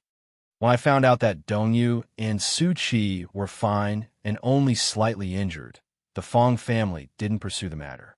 They were probably afraid that I would blow the matter up. I really don't know how much courage I had to muster to stand in front of them and fight them head on. All I know is that at that time, in order to protect Dongyu, I was willing to risk my life. However, it was a fact that Dongyu had gotten into a fight. When the school found out about this, they had initially decided to expel him from school. Dongyu was in his third year of high school. With his excellent results, he would definitely be able to get into a key university overseas. Mom and Dad had worked hard to save money, hoping that he would be able to get into Stanford University. However, such a bolt out of the blue had stunned them. At that time, university admissions were very strict about student records. If it was a B-grade student, most of them wouldn't be accepted. Many well-known universities only had a few spots. Even if they passed the cutoff, they would still be admitted based on merit. The student's character was also taken into consideration, and the consequences of disciplinary action were severe. Dad was furious. He used his connections for various parties and finally managed to talk to the principal of a high school. He repeatedly promised that there wouldn't be any disciplinary violations for the next half of the semester. Hence, the teacher put him on probation. If Dongyu performed well during the college entrance examination, he would be removed. However, my situation was a little bad. There was news from the school that I should transfer schools. I had fallen behind in my homework. In addition, I had skipped classes and stayed out all night. The school had the intention of dissuading me. Mom had been conflicted about my transfer. Until one day, when I returned to the study after taking a shower, I saw my mother sitting in my study with my diary in her hand. Her eyes were fixed on it, and her entire body was trembling with anger. My heart skipped a beat. I rushed forward and snatched the diary back, hugging it tightly in my arms. Mom, the diary is my asterisk. How could you peek at it? Asterisk. Peek. Mom stood up, her gaze cold. It's all thanks to you that I peeked. Otherwise, I wouldn't have known what dirty thoughts you had about Dongyu. Dirty, this word had completely defeated me. I gripped the edge of the diary tightly as tears burst out of my eyes. Enchanting, do you still know what shame is? Who is Dongyu to you? He's your brother. How could you have such thoughts about him? Don't you know how to blush? Don't you feel ashamed? Halfway through her sentence, she angrily wiped the tears from the corner of her eyes and cried out of anger. Seeing this, I stood to the side in shame. I wanted to explain, but I couldn't say anything. Do you know what you're doing is indecent? I almost screamed. I know. She was stunned. Then, there was an eerie silence between us. I didn't dare to look at her, but stood awkwardly against the wall, pressing my lips together and crying. Mom suddenly stood up and pretended to be calm as she said to me, "It just so happens that your aunt and I discussed sending you abroad to study a few days ago. I think you've lost your mind, so it's time to send you abroad. Wake up your head." Chapter 3164. I was stunned when I heard this. She brushed past me and walked out of the door. I hurriedly grabbed her hand, but she shook it off mercilessly. She walked to the sofa and sat down. She picked up the receiver and was about to dial. I threw down the diary and ran over. I knelt in front of her and begged, "Mom, don't send me abroad. I don't want to go abroad. I don't want to go abroad." She looked at me with a struggle in her eyes, but more than that, she was heartbroken. Suddenly, she put down the receiver and questioned me hysterically. "How long are you going to continue harming Dongyu?" I looked at her in shock. I didn't know that to Dongyu, I was actually a scourge. She continued to shout at me. "Because of you, he almost couldn't go to university and was almost sued. Dongyu has been very obedient since he was young. He dotes on you, but there's no reason for his life to be ruined by you." After a pause, she broke down and shouted, "If word gets out that his own sister likes him, what will outsiders think of him? Laugh at him. Do you really want to be a disgrace to him?" "Disgrace? I'm not a disgrace. I'm not a disgrace. I lost my mind and only wanted to stay at home." I begged bitterly, but my mother ignored me and chased me aside. She called my aunt. "Hello, big sister, it's me. About the matter I discussed with you last time. I've thought about it. If we send Xiaochuan to America to study, do we need to go through any procedures?" "I've already thought about it. I'm not reluctant to send her abroad so that she can see the world." "All right, tell me. I'll remember." My mother took a pen and paper as she took notes. Passport. What else?" When Dongyu and Dad returned home, I was curled up in the living room, hugging my knees and crying. Mom was sitting on the sofa, her face twisted as she wiped her tears with a tissue. Dad was a little surprised. He looked at us and asked, What's going on? I've already discussed it with Big Sister. When we return to the country, we'll send Xiaochuan over and she'll study in America with her. After a pause, Mom added, I've already made a decision on this matter. Are you really going to send her abroad? His father was a little surprised. He probably had the same idea before, but if he really wanted to send him abroad, he would feel a little reluctant and abrupt. Why did you suddenly make such a decision? Dongyu, on the other hand, was stunned. He looked at me and then at his mother, his face full of shock. Mom, Dongyu asked, why did you send my sister overseas? I've already decided, so don't ask anymore. No, Dongyu said firmly, you can't send my sister abroad. However, his mother was persistent. Dongyu, I really can't let her hold you back anymore. You don't know, she pointed at me, but didn't say anything. Dongyu looked at me and then at the diary that had fallen not far away. He suddenly understood something. He dropped his arm weakly and clenched it tightly again. Then, he said word by word, Mom, please don't send my sister away. She is an inseparable part of my life. Don't you think it's too cruel to say that? Chapter 3165. I really shouldn't have wanted her back then. I shouldn't have given birth to her. We can't afford to have such an insensible daughter. Mom, please don't send me away. I begged Dongyu in a hoarse voice. Brother, I don't want to study abroad. I begged Mom, but she won't listen to me. Brother, does Dad not want me anymore? Does Mom not want me anymore? It's useless to say anything. I've already made an agreement with your aunt. When she returns to the country, I'll send you away. As she spoke, she stood up and walked towards a room. Dongyu suddenly knelt heavily on the ground. Finally, he broke down and cried bitterly. Mom, I want her. Even if you don't want her, I want her. If the whole world doesn't want her, I want her. If you send my sister away, I swear I'll be irreconcilable with you. Bastard, you shut up. His father slapped him in the face, pointed at him, and scolded, Take back your words. I want her. Dongyu was unbelievably stubborn. You can't send her away. Slap. Another slap. I cried and hugged Dad's trouser leg. Dad, stop hitting me. Stop hitting brother. Dad didn't even look at me. He glared at Dongyu with bloodshot eyes. The father and son confronted each other for a long time. Dongyu looked up and said, I want her. Slap. I want her. Slap. I didn't know how many times Dad slapped him that day. Perhaps it was to establish his authority as the head of the family. Or perhaps it was because he felt that Dongyu was too stubborn and wanted to tame him. But Dongyu was more stubborn than I had imagined. Even though his face was flushed with blood, he still repeated, I want her. I want her. I want her. That night, Dongyu was locked on the balcony while I was locked in the room. I leaned against the window and watched Dongyu's upright figure kneeling on the balcony. His back was facing me as he faced the balcony. The cold wind outside the window was getting stronger, but I couldn't go out. I couldn't go to his side and kneel with him in the cold wind. During those few days, I was locked in my room. My mother prepared 3 meals a day and brought them to me. Other than that, the door was locked from the inside. I had no access to the outside world at all.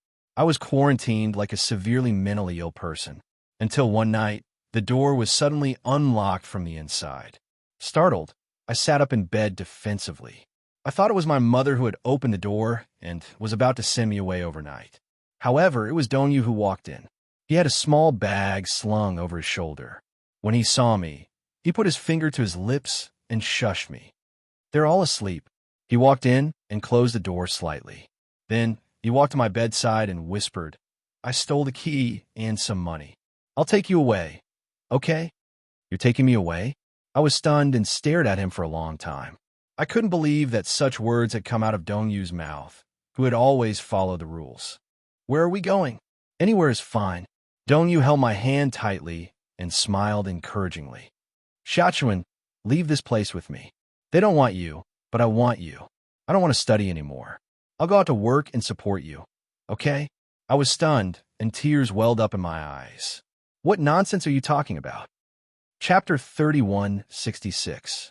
Dongyu said seriously, I'm very smart, and I learn everything quickly. It doesn't mean that I'll be useless if I don't study. I'll take you to another city, and we'll rent a house.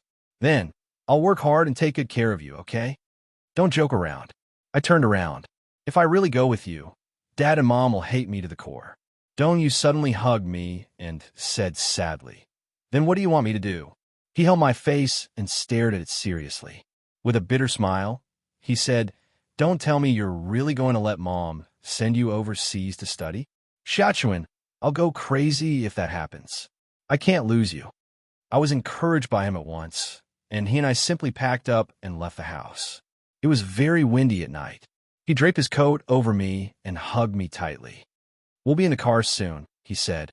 In the wee hours of the morning, it was difficult to get a taxi. When they finally got one, Dongyu said to the driver, "Go to the bus station." I suddenly thought of something and said dejectedly, "If you take me away, what about Linley?" Dongyu was stunned for a moment. I didn't know what he was thinking, but his lips started to tremble violently. "If you can't bear to part with her, you don't have to leave." I smiled reluctantly. "It's okay. Going overseas isn't a life and death party.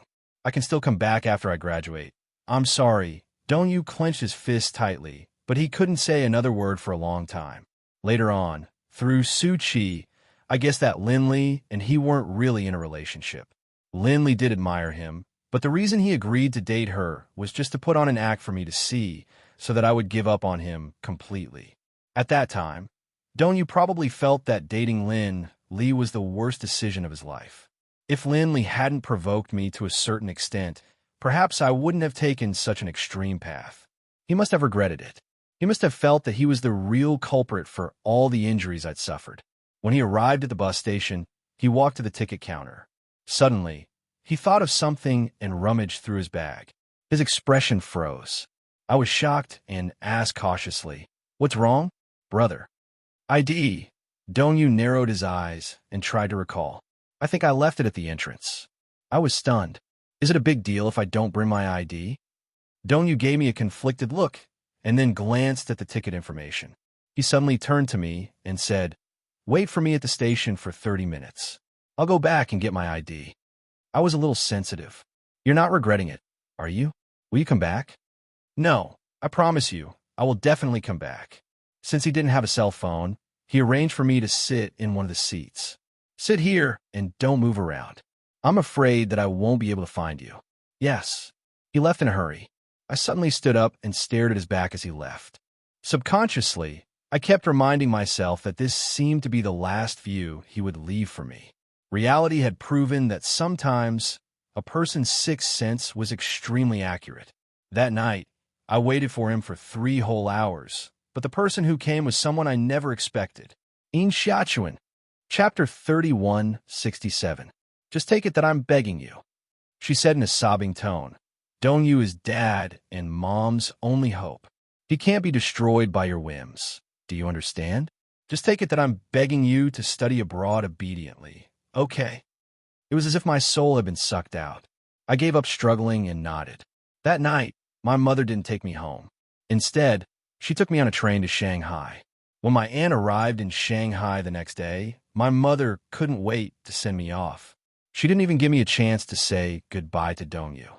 I still remember that when the train started to move slowly, I seemed to hear someone calling out to me. A child in the next seat pointed out the window and said in surprise, "Daddy, someone's chasing the train." I couldn't help but follow the child's gaze and look out of the car. What I saw was a desolate scene. More or less, my heart had already withered at that moment. My days studying abroad were peaceful, so peaceful that it was as if I was dead. It sounded a little dispirited to put it that way. But in fact, no matter what I did, I was no longer surprised. Even for the exams that students feared the most, I could always calmly face the blonde examiners and answer their questions smoothly. It wasn't that I didn't miss him. More than once, I missed those days when I was young and innocent. In the beautiful countryside of my hometown, Dongyu and I played carefree, rolling in the grass and scratching each other. In the afternoons, we carried bottles to the river to fish for tadpoles. We climbed trees to catch cicadas. We even secretly set a wildfire behind the adults' backs and accidentally burned down the neighbor's straw shed. The two of us fled in panic and didn't dare to go home for a long time. Go home. I really wanted to go home. I'd always thought that if only I hadn't been born in this world in Xiaochuan's name. But that was home. and yet it wasn't home. Every time the memories flooded my mind, my heart ached. I didn't want to think about it, but what else did I have left besides these memories? More than parting, missing someone was like a flood or a ferocious beast, swallowing me up and accompanying me. Until I returned home, I didn't feel much joy. To me, homeland is just a synonym. As I sat in the taxi and drove through those unfamiliar streets, I suddenly realized that I had missed more than 8 years in the past 8 years. After getting out of the taxi, I followed my mother into a brand new, high-end apartment building. I thought that since the old building had been demolished, they must have given a lot of subsidies. In the elevator, my mom smiled and explained, "We live on the 14th floor now. When the demolition happened, it was our turn to draw numbers. The community director said that if we paid 10,000 yuan, we could choose our own floor. We specially chose this floor. It has good lighting and a view room. All 3 rooms face south. We specially reserved a big room with a balcony for you." I didn't say anything and just looked around in silence. Her mother continued, "The property in this neighborhood is very good. It's usually very quiet." When she reached the door, she had just taken out her keys when she suddenly remembered something. She turned around and asked me tentatively, "Xiaochuan, it's been more than a year since you graduated from school, right?" I nodded silently. Chapter 3168. Looking at the anticipation in her eyes, I smiled faintly. I've never thought of coming back. It's good to be in America. It's quiet and there's no disturbance. Besides, I'm looking for a job in America. After I find a job, I'll settle down in America. Look, you said it yourself. Don't you feel lonely? I'm used to being lonely. I'm not used to it suddenly being lively. Mom suddenly had nothing to say. With her back to me, she suddenly sighed. "Come back, Xiaochuan." I suddenly smiled. "Mom, you've forgotten that America is my home." I saw her expression change, but it quickly surfaced with a smile again. She said reproachfully, "Look at you, child. What nonsense are you saying? Aya, let's not talk about this anymore. Come in first." I saw her secretly wipe away the tears at the corners of her eyes before opening the door. I stood at the door and looked at the entrance for a long time before slowly entering. Mom shouted as soon as she entered, "Hubby, our daughter is back." After a while, a figure came out of the kitchen. It was Dad. However, he looked a little old. When I saw him, the only thing I felt was that time had aged people. However, I didn't feel much else. I smiled faintly. "Dad, Xiaochuan, you're back." Dad chuckled. When he smiled, the wrinkles at the corners of his eyes deepened. White streaks silently crept onto his originally black hair. I only nodded and went straight into the house without exchanging pleasantries with him. He probably felt that I was as cold as an outsider and more like a guest in this house. Mom invited me to sit down on the sofa and suddenly asked, "Do you want to take a look at your room?" My room? I thought it was fun. I hadn't even lived in this house for a day. How could there be a room for me? "When you moved in, Donya left it for you. He said that if you didn't decorate your room, this house wouldn't feel like home anymore." When I heard Dongyu's name, I nodded. She led me into the room. Although I had a lot of imagination about the room, I was still shocked when I saw the setting of the room. It had the same layout as the room I used to live in. There was a desk, a single bed, a bookcase, and a computer desk. My school bag and workbooks were neatly arranged on the desk, as if they were made of bricks. Behind her, her mother smiled and said, "Donyu will come to your room every day and sit for a while. Then, he'll talk to the photo on the table." She walked up to me. "When I was in university, his room was always a mess. But your room is always clean. There's no dust at all." I sat down on the bed. She looked at me and seemed a little uneasy. Then she said, "Sit here for a while. Mom will go and help your dad." Oh, my cold response made her even more embarrassed. She turned around and left. In her hurry, she forgot to close the door. After she left, I walked around the room and opened the drawer. The diary was still in the same place. I was a little surprised. I hadn't expected the diary to be safe and sound. I originally thought that my mother would definitely tear it up. I picked it up and flipped through a few pages. Suddenly, I felt that there was something wrong with the diary. Under my original handwriting, there were lines of blue handwriting. Chapter 3169. I took a closer look and was stunned. year, month, day, sunny. When you truly love someone, you want to have all of them. Let go and wish them happiness. But how can there be such selfless love in this world? Below, Donyu's handwriting was delicate and strong. I once owed you 10,000 apologies, and even more so, I love you. My heart skipped a beat. I flipped another page. At the end, there was still his handwriting. Shachuan, are you doing well in America? I tried my best to find your whereabouts and find out how to contact you, but even they don't know the landline of your apartment. Perhaps they're deliberately hiding it from me. I miss you all the time. The deeper the memory, the more pain there is. Pain is like a corner of a sunny day. The more dazzling the sun is, the deeper the shadow. It's because the past was too beautiful that the pain is even more unforgettable. I flipped to the last page. Year, month, day, Dongyu. Have you ever liked me even a little? I love you, but I don't know how deep my feelings are. I slammed the diary shut and stood up abruptly. I looked around and vaguely saw his figure in every corner of the room. The figure who tidied my bookcase. The figure who cleaned my room. The figure who sat at the table and seriously wrote in the diary. The figure who filled this room with all his memories. Your favorite is Harry Potter. I bought the complete collection. You said you wanted to watch a Harry Potter movie the most, so when the movie came out, I bought 2 movie tickets and a bucket of popcorn. I imagined watching the movie with you, imagining the little dimples at the corners of your mouth when you smiled happily. I caught 10 dolls today. In the past, when I wasn't skilled enough to catch the dolls you liked, you always laughed at me. When Wanted Department Store opened, I caught 10 dolls in one go and placed them by your bed. Fauna soda really doesn't taste good, but when I think about it, it's your favorite drink. Every time I see the bottle, I think of you. Little greedy cat, I bought a lot of snacks. When are you coming back to eat? The snacks are about to expire. The snacks expired and were thrown away. However, I bought a lot of potato chips, your favorite Pringles potato chips. Nowadays, there were very few places that sold this brand of potato chips. Was there any in America? I had a glass doll that I had always carefully protected and cared for. But one day, she accidentally fell and broke. I sadly pieced it together and finally managed to piece it back together, but I accidentally lost it. I went back to the station and looked for you as hard as I could, but I could not find you. I lost my doll. Shachuan, I miss you. If I write 10,000 lines of I miss you, will you hear my voice? I flipped open the stack of papers in a daze. The originally blank diary was now filled with the words I miss you. They were lined up neatly. Every word and every stroke was neat and tidy. It was as if I could picture his back as he sat at his desk, writing stroke by stroke. Occasionally, he flipped to a page. There were tears on it, but they had long since dried up. I slowly ran my fingers over the lines of words. I wanted to close the diary, but my eyes seemed to be bewitched. I couldn't bear to look away. Hugging the diary, my eyes started to sting for the first time in a long time. Chapter 3170. I rubbed the corners of my eyes and closed the diary.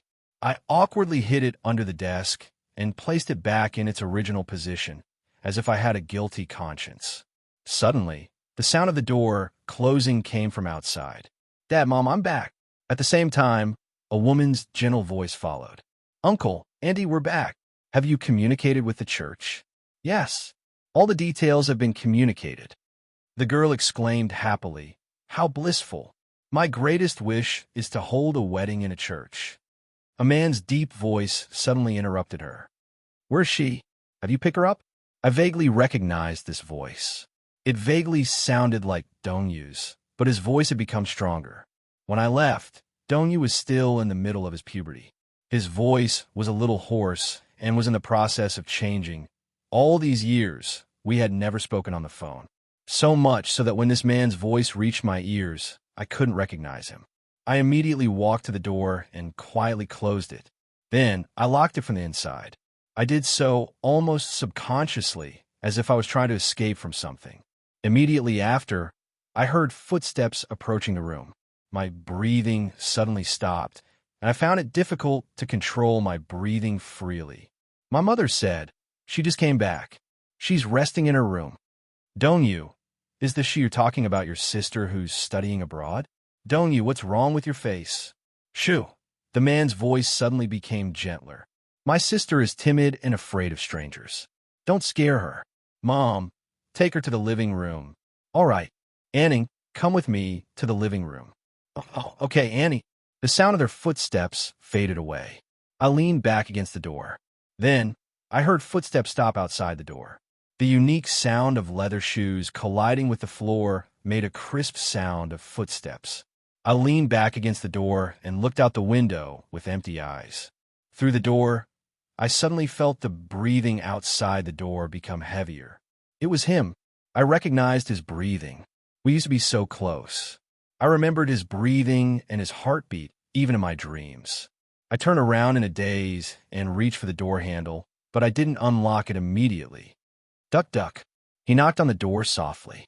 Through the door, I couldn't imagine what he looked like now. I could only think of his youthful and handsome face when he was 18 years old. Every frown and smile of his touched my heart. However, 8 years had passed, and he was 26 years old. He should have grown into a mature man by now, right? What did he look like? As I was imagining it, I heard Dongyu say gently from outside the door, "Xiaochen, I'm the only one left. Can you open the door?" I turned to face the door. My hand that was holding the doorknob suddenly trembled. I opened my mouth. I wanted to call his name, but how did his name become so unfamiliar? His throat seemed to be blocked by something, and he couldn't make a sound. Fear, helplessness, and embarrassment flooded my mind. I slowly let go of the doorknob and retreated. I looked at the door and the outline of his figure. Then I sat down on the bed quietly and hung my head. "Xiaochuan, say something. Are you okay?" Chapter 3171. Dongyu suddenly laughed softly. It was a feathery laugh mixed with a sigh. "You don't want to see me?" I didn't move. I looked up at the door again, but no matter what, I couldn't muster up the courage to open it. It's been 8 years. Dongyu, we haven't seen each other for 8 years, but I've been trapped in your world and have never been able to escape.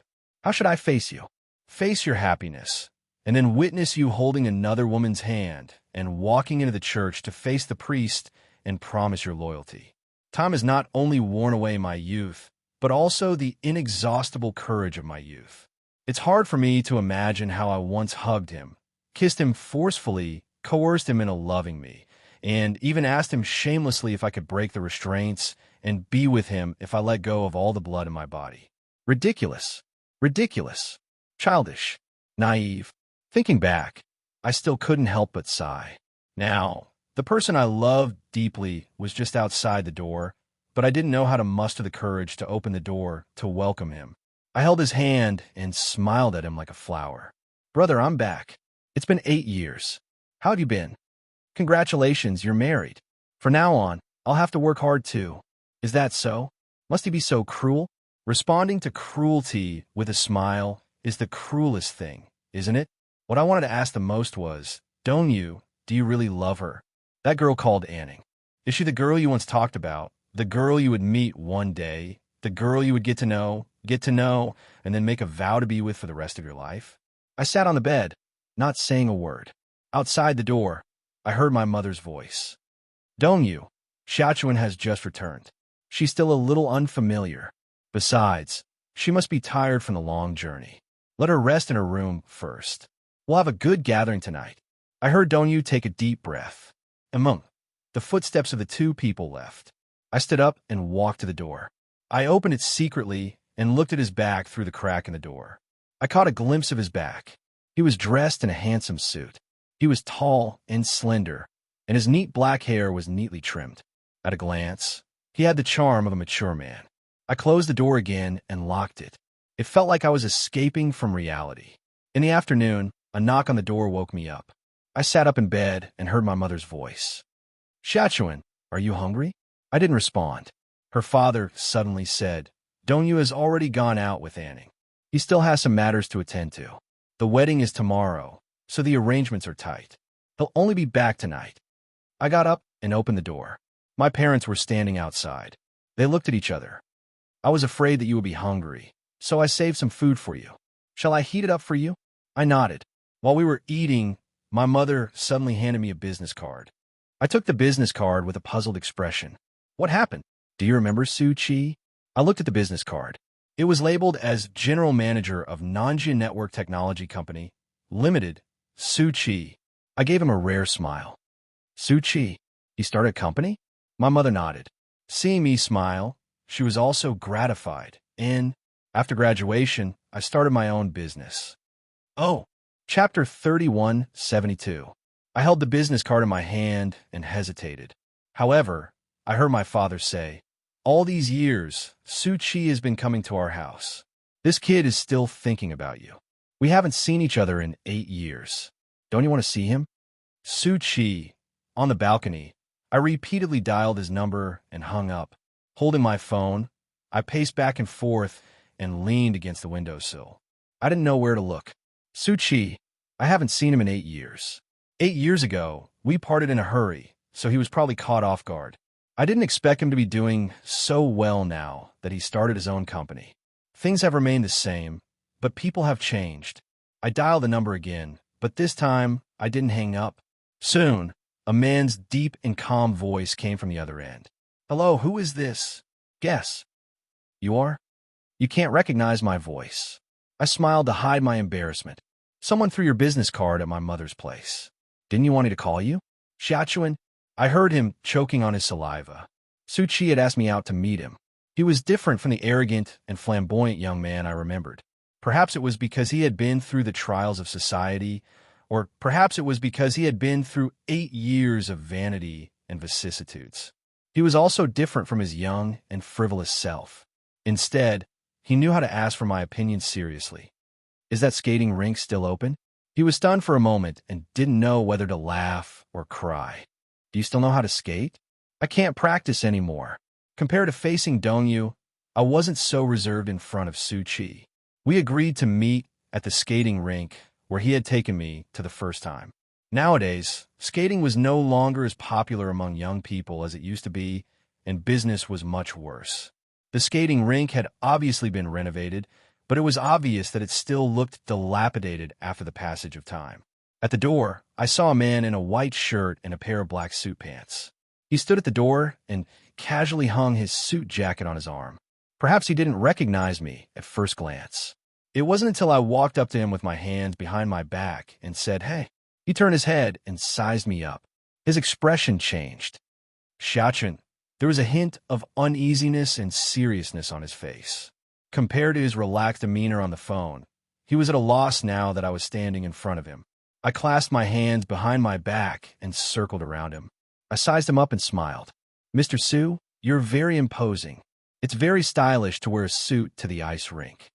My words opened up the atmosphere. Su Chi's expression also relaxed a little. He blinked at me. Isn't it because someone asked to meet at the skating rink? I naturally have to risk my life to accompany you, my young miss. I looked at him and suddenly recalled that on Dongyu's birthday, he and Li had gone shopping at the Lantern Festival. I had sat at the empty table and looked at the complete cake, crying uncontrollably. In order to coax me, Su Chi quickly cut the cake and started eating. It was as if the more he ate, the happier I would be. I told him, Su Chi, let's go out. A childlike smile appeared on the face of the always rebellious young man. He held my face and gently asked, Excuse me, can I ask my girlfriend now? This Su Chi was really silly. How foolish. Chapter 3173. You make it sound so heroic. Su Chi didn't know whether to laugh or cry. After entering the skating rink, I bought a ticket and changed into my old skates. I held onto the wall and struggled to walk to the entrance. Su Chi was already there, waiting for me. Miss, come take my hand. I'll skate with you. He held out his palm. I raised my hand and was about to place it on his palm when I suddenly retracted it stubbornly and snorted. Brother Su Chi, you're underestimating me. He was taken aback. Brother Su Chi. When I was dating him, I liked to call him Brother Su Chi. Occasionally, when I was angry, I'd call him Su Chi. I was also stunned by the way I'd addressed him. I lowered my head and held onto the railing to get on the ice. It had been a long time since I'd last stepped on ice skates. I was really rusty. I had to hold onto the railing as I skated step by step. He was very patient. He accompanied me step by step, slowly sliding down the stairs. Everything here has changed a lot in the 8 years you've been gone. Only the skating rink remains the same. Even Suchi found it unbelievable. Young children these days don't like to play this game. I'm also curious as to why this skating rink hasn't closed down yet. I held onto the railing and walked step by step. The road beneath my feet was so difficult, just like the road I'd walked for the past 8 years. It was heavy and unsteady. Suchi mustered up his courage and asked, "How have you been all these years in America?" I replied, "Yes, everything went well." Perhaps it was because my face was too calm that it wasn't convincing. I asked him, "What about you? How have you been?" Suchi said bluntly, "Not good. Dongyu and I haven't been doing well." Suchi said, "Xiaochuan, did you know? After you left, Dongyu seemed to be sick. He went on a hunger strike like a madman. He didn't eat or drink, locked himself in his room, smashed everything he could, and used all the means he could to protest. He told me that if he had been a step too late, he would have found you. He originally wanted to take you away from this city, but due to a free combination of factors, he returned home and was detained by his father. He desperately returned to the bus station and saw you get on the bus. He couldn't catch up with you no matter how hard he tried. He was frantically looking for you, but he couldn't find you." I suddenly stopped and raised my head to look at him. "Why are you telling me this?" Suchi turned around and fixed his gaze on me. After that, Dongyu became anorexic. Once I saw Annie kneeling in front of him and carefully pushing the bowl to him. Then she coaxed him and lied to him, saying, "Eat. Eat well. I'll return Xiaochuan to you." However, Dongyu still refused to eat. What would happen after that? Suchi smiled. Later, Dongyu received treatment in the hospital for a month before he got better. I don't know what kind of agreement he reached with your parents, but he studied obediently and got into a key university in the country. Then, he graduated and started his own business. How about me? Suchi smiled self-deprecatingly. Every day after you left, I thought about you. I suddenly didn't dare to look at him anymore. I held the railing and looked ahead. Gritting my teeth, I walked forward. Suchi caught up with me easily. "What's wrong? You don't look right." I avoided him and walked forward. Chapter 31:74. He suddenly took my hand and pulled me into his arms. He wrapped his arms around my waist and looked down at me. He looked at me so seriously. His eyes were so dark that they were shining. My embarrassed expression was reflected in his pupils. He curled his lips and asked subtly, "Xiaochuan, tell me, how do you manage to smile so easily? Can you teach me?" I was speechless. Suchi's tone gradually tensed up. "Because just looking at you makes my heart ache so much that I can't breathe." I want to push him away, but he hugged me tightly again. I was a little angry, but I couldn't bear to be angry. Rather than being angry, it was more appropriate to say that I was completely pathetic. Suchi looked at me intently. "Do you know that your name is like a thorn in my lungs? Every time I breathe, it hurts. When have I, Suchi, ever been in such a sorry state? There are so many girls chasing after me. I can't figure out how I fell into the hands of a girl like you." I smiled. "You have bad taste. Treat it as soon as possible." Suchi asked me in return, "What if I don't want to?" I was silent for a long time. Suddenly, I said helplessly, "Suchi, you're 27, right? You should be married, right?" "I'm not married. I've been waiting for you." I pushed him away in a panic and barely steadied myself. With my back to him, I slid forward awkwardly. "It's impossible between us." He caught up with me easily, lingering around. "I don't care." I finally couldn't take it anymore and turned around. "Even if I don't love you, do you still want to be with me?" Suchi said, "I'll make you fall in love with me." I said, "Suchi, don't be like this." "Okay, I'm already 23 and you're 27. We're not children anymore, so don't say such willful things." He stood in front of me again and pointed at his heart. "You have someone in your heart, and, similarly, I have you. When you've let go of Dongyu, I'll truly let go of you." Suchi continued, "You keep telling me to let go of you, but why are you forcing others to do something you can't do yourself?" I stopped abruptly. He hugged me from behind and said helplessly, "There are many things in this world that can't be reasoned with. I love you, just like how you love Dongyu. No one can interfere. It has been 8 years. Everything has changed." I pursed my lips and said casually, Coming back here feels like I've arrived in a foreign country. 8 years can change a lot of things. Suchi, you still have many 8 years. I don't have to be involved. Haven't you lived well without me for the past 8 years? Okay. Suchi turned my shoulder over and gripped it so hard. Okay. Xiaochuan, do you know that I went to America to look for you and frantically asked about your whereabouts? I've asked your parents about you, but they didn't say a word. I've been waiting for you to come back for so many years. Yet you say that I've been living well without you for the past 8 years? Which eye did you see it with? Which ear did you hear it with? What do you know? I'm not doing well anywhere. People are always unwilling to accept things that they have never obtained. Chapter 3175. I pretended to be relaxed and said, Suchi, it's not like anyone can't live without another. I didn't die after leaving Dongyu. However, he expressed his doubts. Really? I looked into his eyes and felt a little evasive. Yes, it's true. Even though I had left him and was in a foreign country, I had never hugged a pillow and curled up in the corner of the apartment, crying my eyes out. I had never lost my appetite for food and drink, staring at the bracelet he had given me and thinking of him. I had never tried my best to earn money in the huge city of Los Angeles to get a plane ticket back home, only to find out that my family had moved and I had lost contact with them. I gripped the plane ticket tightly and cried in despair. I'm alive and well. I smiled faintly. Suchi smiled weakly and said slowly, I'm not. I've never tried to let go of you. He hugged me even tighter, his voice trembling slightly. But I regret it. I regret it so much. This time, I won't let go before you. Xiaochuan, will you be my girlfriend? Let's be together, okay? Whether it's staying in the country or going back to America with you, I'm willing to compromise. As long as you're willing to be with me. Xiaochuan, will you promise me? I stood there helplessly. Suchi used a tough tone and a coquettish one.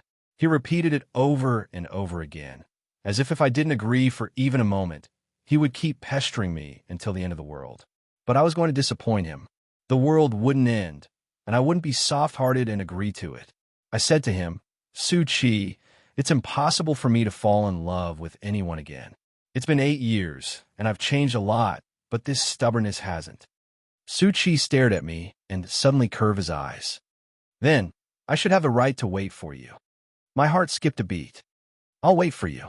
I'll always wait for you. I'll wait until you're willing to be with me. My nose started to sting.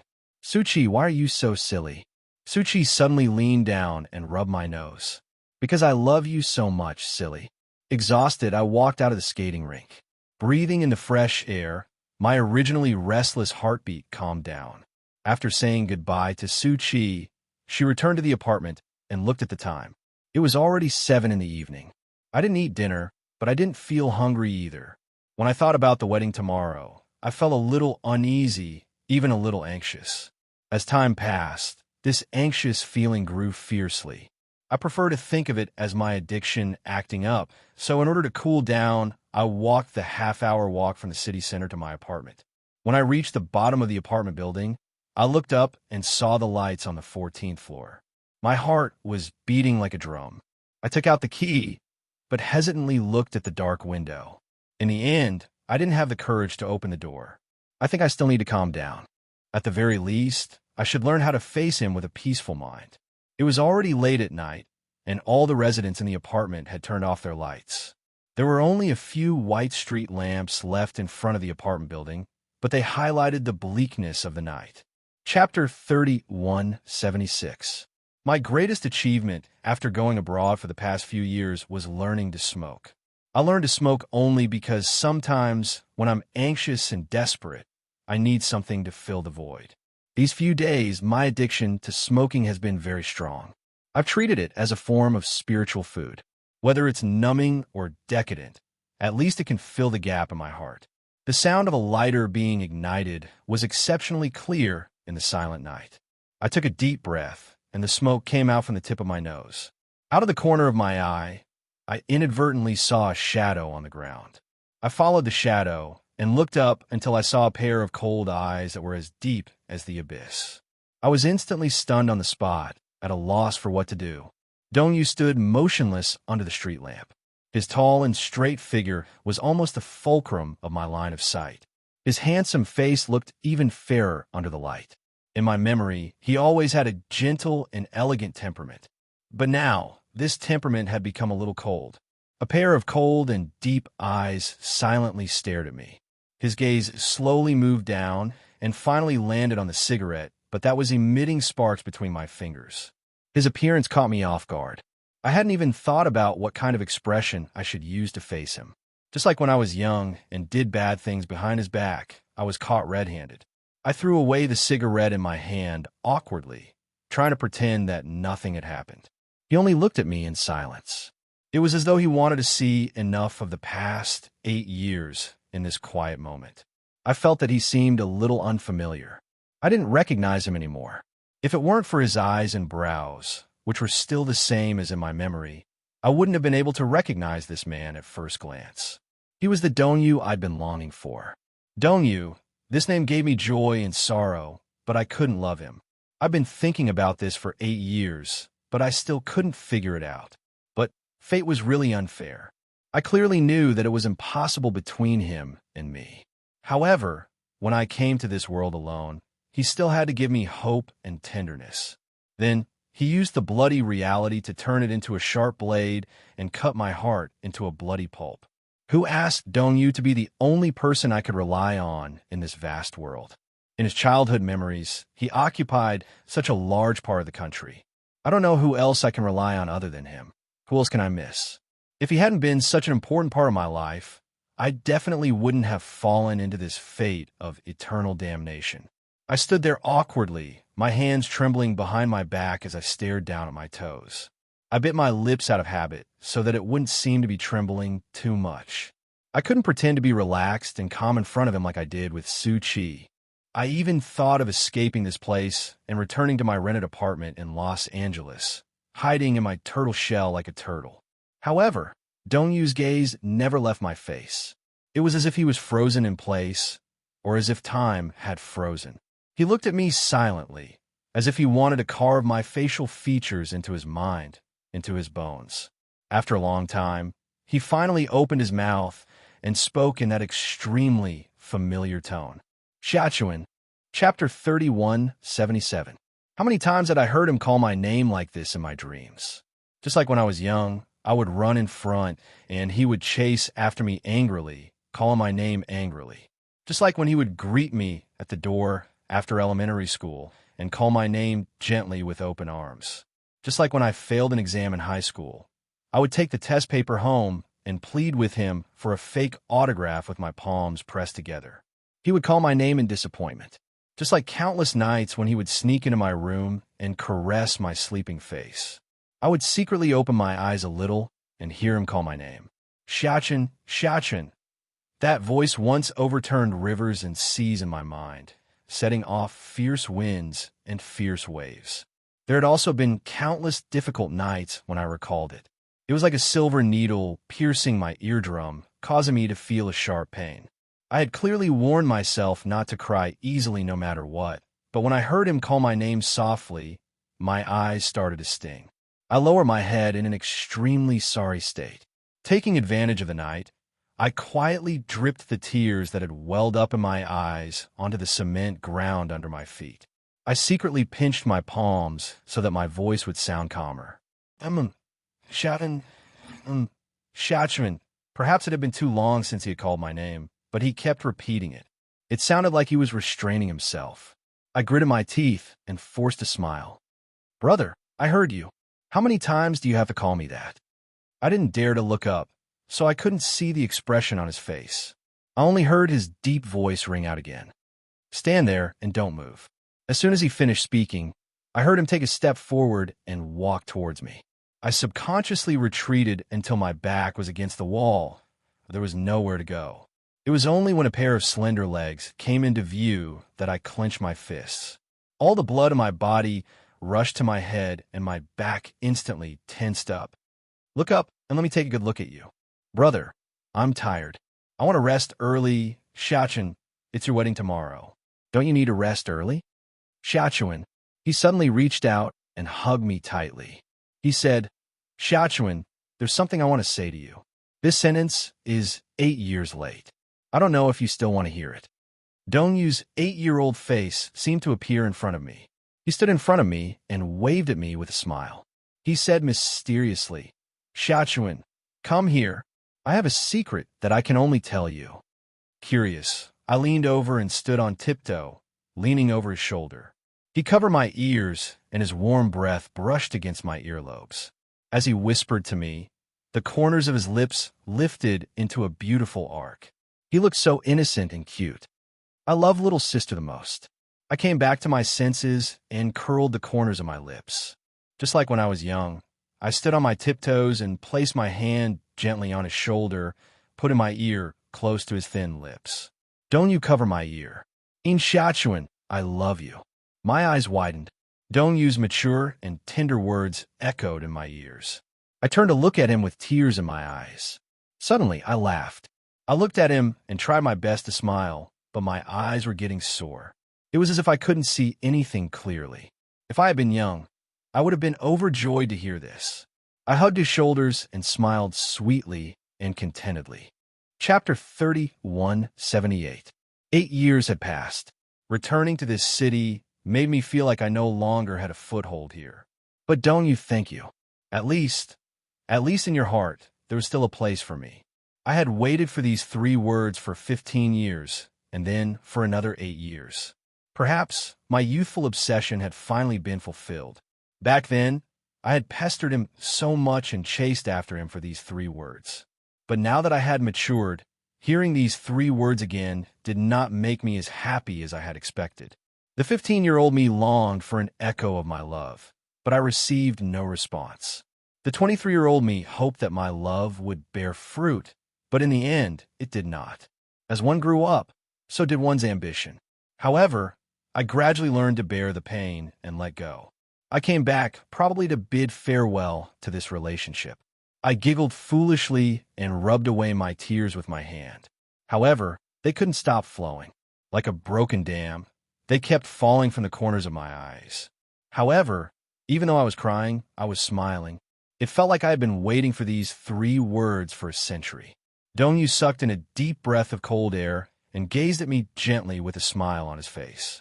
The curve of his eyes made it seem like he was smiling, but when his gaze landed on my face, it was filled with desperate affection.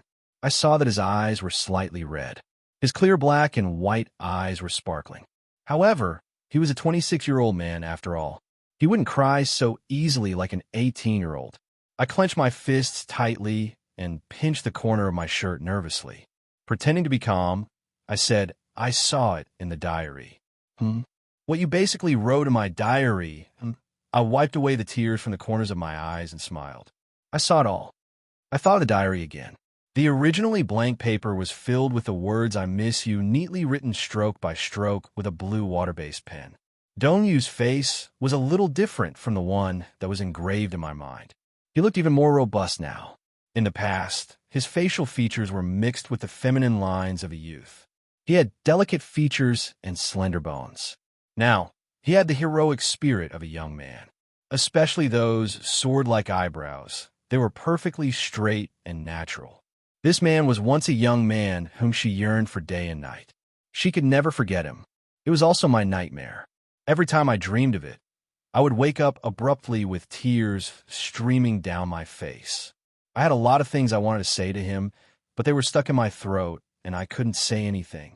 He seemed to have a lot to say to me, but he didn't say anything from the start to the end. Every girl didn't want to see the man she loved walk into the hall of marriage with another woman hand in hand. It was like a heart attack. But before we get married, can we, brother? I opened my arms and smiled. Can I hug you?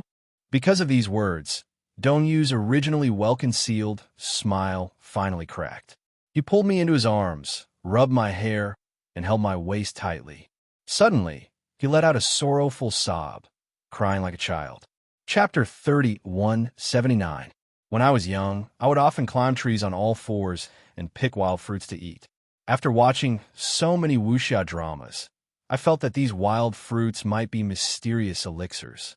Eating them would give me a certain chance of immortality. When I picked the unripe green fruit and tasted it in my mouth, It tasted sour and bitter without any sweetness. But this was my youth. Some dreams are destined to remain dreams. Some love is destined to be unattainable. Some promises are like bubbles that burst at a touch. Some lies are so realistic that they can deceive myself. But don't you, the worst lie in my life was to lie to myself and say that I don't like you anymore. I closed my eyes and thought that I could forget you. But the tears that flowed didn't lie to me. At the wedding, the church was decorated with fresh flowers and a white veil. It was holy and beautiful. I tidied up the flowers on the arch and turned around to see the bride rushing to the venue with the help of the flower girl. Dongyu was in charge of receiving the guests in the living room, while the bride went to the dressing room to touch up her makeup. I walked to the makeup artist with the flowers in my hands and placed a bouquet of roses in a vase. When the bride saw me, she smiled in a friendly manner and pointed at me. "You're Yin Xiaochuan, aren't you?" I turned around and nodded silently. "Dongyu often mentions you." The bride tilted her head and said, "Sometimes, even in his dreams, he often calls your name."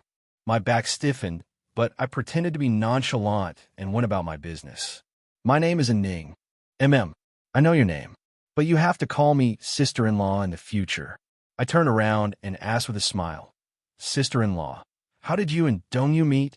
She was surprised for a moment that I had obediently addressed her as sister-in-law. When she realized my question, she immediately replied, "University classmate." Indeed, I guessed that with Dongyu's cold personality, his social circle would only be limited to his classmates and colleagues. I tidied up the bouquet seriously and asked tentatively, "You must love my brother very much, right? Otherwise, it would be difficult to tolerate his taciturn personality. Is that how you describe your brother?" And Ning silently observed my actions and suddenly chuckled. "Huh, marrying him was like a dream. It felt unreal. I love him very much as he loves you." My hand froze as I stared at her in disbelief. "Are you surprised? Why would I know about this?" Anning stood up and walked to me. There were only the two of us in the dressing room. She walked to my side and suddenly bumped my shoulder gently. "You know what? He has never forgotten you. I know that your position in his heart is extraordinary and irreplaceable. I couldn't help but feel puzzled. If you knew, why did you marry him?" "Because I love him as much as you do. I have no regrets." And Ning smiled, but the smile in her eyes was extremely pure. If you love someone, you will be so humble that you fall into the dust. Even if his heart belongs to someone else, as long as you can protect him, you will naturally accept it. Don't you think it's unfair?" I smirked. "If the man you love doesn't love you back, then this marriage must be very disloyal." "I don't think so." And Ning continued, "Feelings can be nurtured. However, I know that the only woman he loves deeply will never be with him. To me, isn't that the greatest loyalty?" The stunned look on my face became even more obvious, and Ning enunciated each word clearly. "I will work hard to make him fall in love with me. At the same time, I will be a good wife, a good daughter-in-law, a good sister-in-law." I smiled calmly, but there was no emotion in my eyes. I wish you all the best." I tidied up the bouquet and put it aside before walking out of the door. Behind me, she suddenly said, "I think I'm very lucky. At least, I can marry the man I love." However, I didn't stop for even half a step and just left. I knew that she didn't mean any harm by saying that. She was just trying to prove her love and loyalty to Dongyu. But compared to these words, I had experienced 100 times crueler torture. Outside the church, I stood at the door and raised my head to look at the blue sky. White clouds floated gently. I pinched a rose and played with it with my fingertips. Bit by bit, I plucked off the petals and let them fall to the ground, eventually crumbling into mud. In the end, I still didn't have the courage to witness that scene with my own eyes. I ran out of the door like a deserter, but the vows had officially begun. In the church, the priest's serious voice rang out. "And Ning, are you willing to take this man as your husband and enter into a marriage contract with him? In sickness and in health, in poverty and in wealth, will you love him, take care of him, respect him, accept him, and be loyal to him until the end of your life?" I lowered my head and took out the ring box from my pocket. I opened it gently. A 1-carat ring lay quietly inside. Brother, brother, when we grow up, will you buy me a ring with a huge diamond inlaid on it like the male leads on TV and put it on my finger personally? When I was young, I made an innocent wish. Every girl must have a dream about being a bride. I dreamed that one day I would be able to stand in a holy church and watch him put on my finger with a huge diamond inlaid on it. Then he would elegantly put on my ring finger and make a promise to me. However, the ring didn't have to be a 1-carat, and the wedding didn't have to be held in a church. But the man standing opposite me, holding my hand, had to be that person. On the night before our wedding, he took out this exquisite gift box from his pocket and opened it. Under the moonlight, the 1-carat diamond shone charmingly. It was such an unintentional sentence from his childhood, but he remembered it seriously in his heart. With my back against him, I held this small but exquisite box as if it was a treasure. With tears in my eyes, I smiled contentedly. There were so many illusory dreams in life, and one of them had actually come true. I gently took out the ring and carefully put it on my ring finger. My fingers were pressed together as I looked at the diamond ring. I couldn't help but smile and plant a gentle kiss on the diamond. My lips parted slightly, almost in sync with the voice in the church. I do. Dongyu's voice still echoed in my ears. Chapter 3180. Lu Jinyu hurriedly handed the cuddly little ball over to Yun Shishir. When she was in Yun Shishir's arms, the little girl was still crying badly. However, compared to when she was in Jiang Shun and Lu Jinyu's arms, she was a little more restrained. Yun Shishir coaxed her a little, and the rain immediately cleared up.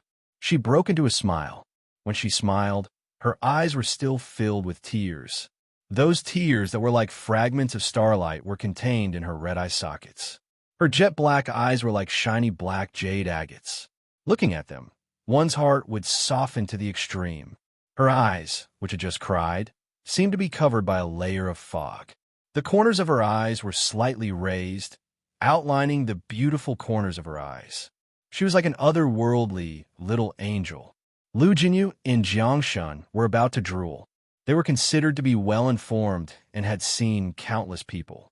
Many of their friends and relatives had their own fruits of love when they reached the age. However, Lil Yueyao was definitely the most adorable one they had ever seen. Actually, when the news of Yun Shishir's pregnancy first spread, they had guessed that with Mu Yaja and Yun Shishir's good genes, the daughter would definitely be juicy and beautiful. However, when they saw little Yueyao in full bloom, it was still far beyond their expectations. Jiang Shun was mesmerized by the sight. He was a little regretful. He was young and playful and wasn't in a hurry to find a partner. If he had a wife and a son at this time, he would definitely think of ways to become in-laws with his boss. Such an adorable little princess, who was only a few months old, could already imagine how alluring she would be when she grew up, especially when she cried and smiled with narrowed eyes.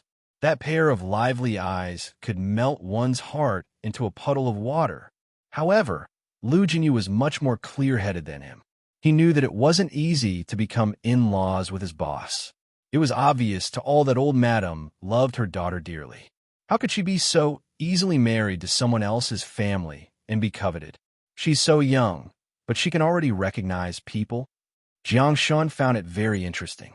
My sister's son only knows how to cry when a stranger hugs him when he's 1 year old. Yu said from the side, little sis is very sensitive. She won't let anyone hug her. Even if it was us hugging, little sister seemed to have calculated the time. If you hug her for too long, she won't be happy either. Xiaoi Chen added, little sister likes me a little more. Every time I hug her, she'll let me hug her a little longer. This means that she prefers me as her brother. When Yu heard this, she was a little unhappy. What nonsense are you talking about? What a self-righteous fellow. My younger sister clearly likes me more. When I was hugging her, she squinted her eyes and smiled. She was so happy. After coaxing her, Yun Shishir placed her back in the crib. Little did she know that little Yueyao, who was lying in the crib, was probably a little excited when she saw that there were more people around. She waved her little hands and giggled happily. Jiang Shun was curious and quickly took out his phone to take a picture of this loving scene. She looks so good when she smiles. This little girl is so charming. As soon as he finished speaking, he saw her blushing face, as if she was about to do something earth-shattering. He saw her feet in the air, and she made a fuss. Then, she flipped to the side. Her little feet kicked up, and her whole body flipped over in an instant. Wow. Chapter 3181. Xiao Yichen was surprised as well. Jiang Shun and Lu Jinyu were stunned as well. They had no idea when the little girl had become so capable. She even knew how to turn things around. They saw the little Yue Yao flapping her tiny body and sticking her but out as she lay on the crib with her back facing the sky. Her tiny hands were clenched into fists as she casually grabbed the doll that was placed at the side. She flapped a few more times before she flipped over and lay on the bed. She held the doll with her two tiny hands and started waving it around. She babbled, and her saliva stained the soft towel. Jiang Shun suddenly asked curiously, "Who's changing this little girl's diaper at home now?" Yin Shishir suddenly thought of something and actually burst out laughing. Jiang Shun quickly asked what was going on and why she was laughing for no reason. She then said, "I thought of someone who changed Yue Yao's diaper for the first time." He didn't need to guess to know that she was referring to the eldest son. Jiang Shun widened his eyes in surprise. The eldest son knows how to change diapers. Yes, it's not like you don't know that he's been longing for a daughter. Look, now that she's born, he's doting on her like a treasure. It's as if he can't wait to do everything himself. When I told him to change the diaper, he wouldn't be able to take it. When I asked him to do it, he was full of confidence and thought nothing of it. He said that changing a diaper was no big deal. In the end, when I undid the diaper, his face was all scrunched up. It smelled so bad. After all, the child was still young. She couldn't control her urine and feces. This diaper couldn't be wrapped all the time. If it got dirty, someone had to change it. In the end, Muyaja didn't think it was a big deal. However, when he undid the diaper and smelled it, the smell was unforgettable. According to Muyaja's own description, at that moment, the smell was so bad that he wanted to go to the heavens. Although the smell was a little unpleasant, it didn't stop Muyaja from loving the little princess. After smelling a lot, he got used to it. In the beginning, when they were still in the hospital, most of the time, it was the confinement nanny who took care of them. When they returned home, he did it himself. He said that his daughters but smelled good. Yin Shishir didn't know whether to laugh or cry. In the end, even she felt a little jealous. She watched as Muyaja took good care of the little princess, regardless of whether it was feeding her milk, comforting her, or changing her diapers. She gradually got used to it and was no longer so clumsy. Things started to go smoothly. Sometimes, when the two of them finally had some time together, she would hug him and joke that she had been born in the wrong body. When Muyaja asked her why, she said half seriously, "Why do I want to be your daughter more than your wife?" "Papa Yaja." As soon as she said this, Muyaja pressed her down and pecked the corner of her lips lightly. He said playfully, "It seems that I have indeed neglected someone these few days." He served his daughter well, but neglected his wife. "Madam, how do you want to make up for it?" Yin Shishir punched his chest. "You have to go to work and wake up at night to take care of the little one. How can you still be so energetic?" "The moment I see you, I'm full of energy." Chapter 3182. After giving birth to her daughter, she had completely become a little worm who only cared about eating, drinking, and sleeping well. This man had taken care of all the chores, so she felt that there was nothing else to do. Yu said, "Mommy, you could be like other rich ladies and go shopping at the mall when you have nothing to do. You stay at home all day. No wonder you have so much free time." "I don't like to play with those rich ladies who are too effeminate," Yin Shishir said and continued, "I'm happier and more free at home." Lu Jinyu and Jiang Shun did not dare to stay for too long. They had come out this time without telling a certain man. If Muyaja found out that they had traveled thousands of miles during their lunch break to secretly touch his daughter, he would definitely be furious. Seeing that it was almost time to go to work, they hurriedly said goodbye and hurriedly returned to the office dejectedly. In the evening, Muyaja returned home after work. Yin Shishir went to the entrance to welcome him. He hurriedly kissed her cheek and eagerly walked to the crib. Yin Shishir stayed where she was, feeling flustered. She turned around and saw a certain man happily walking to the crib.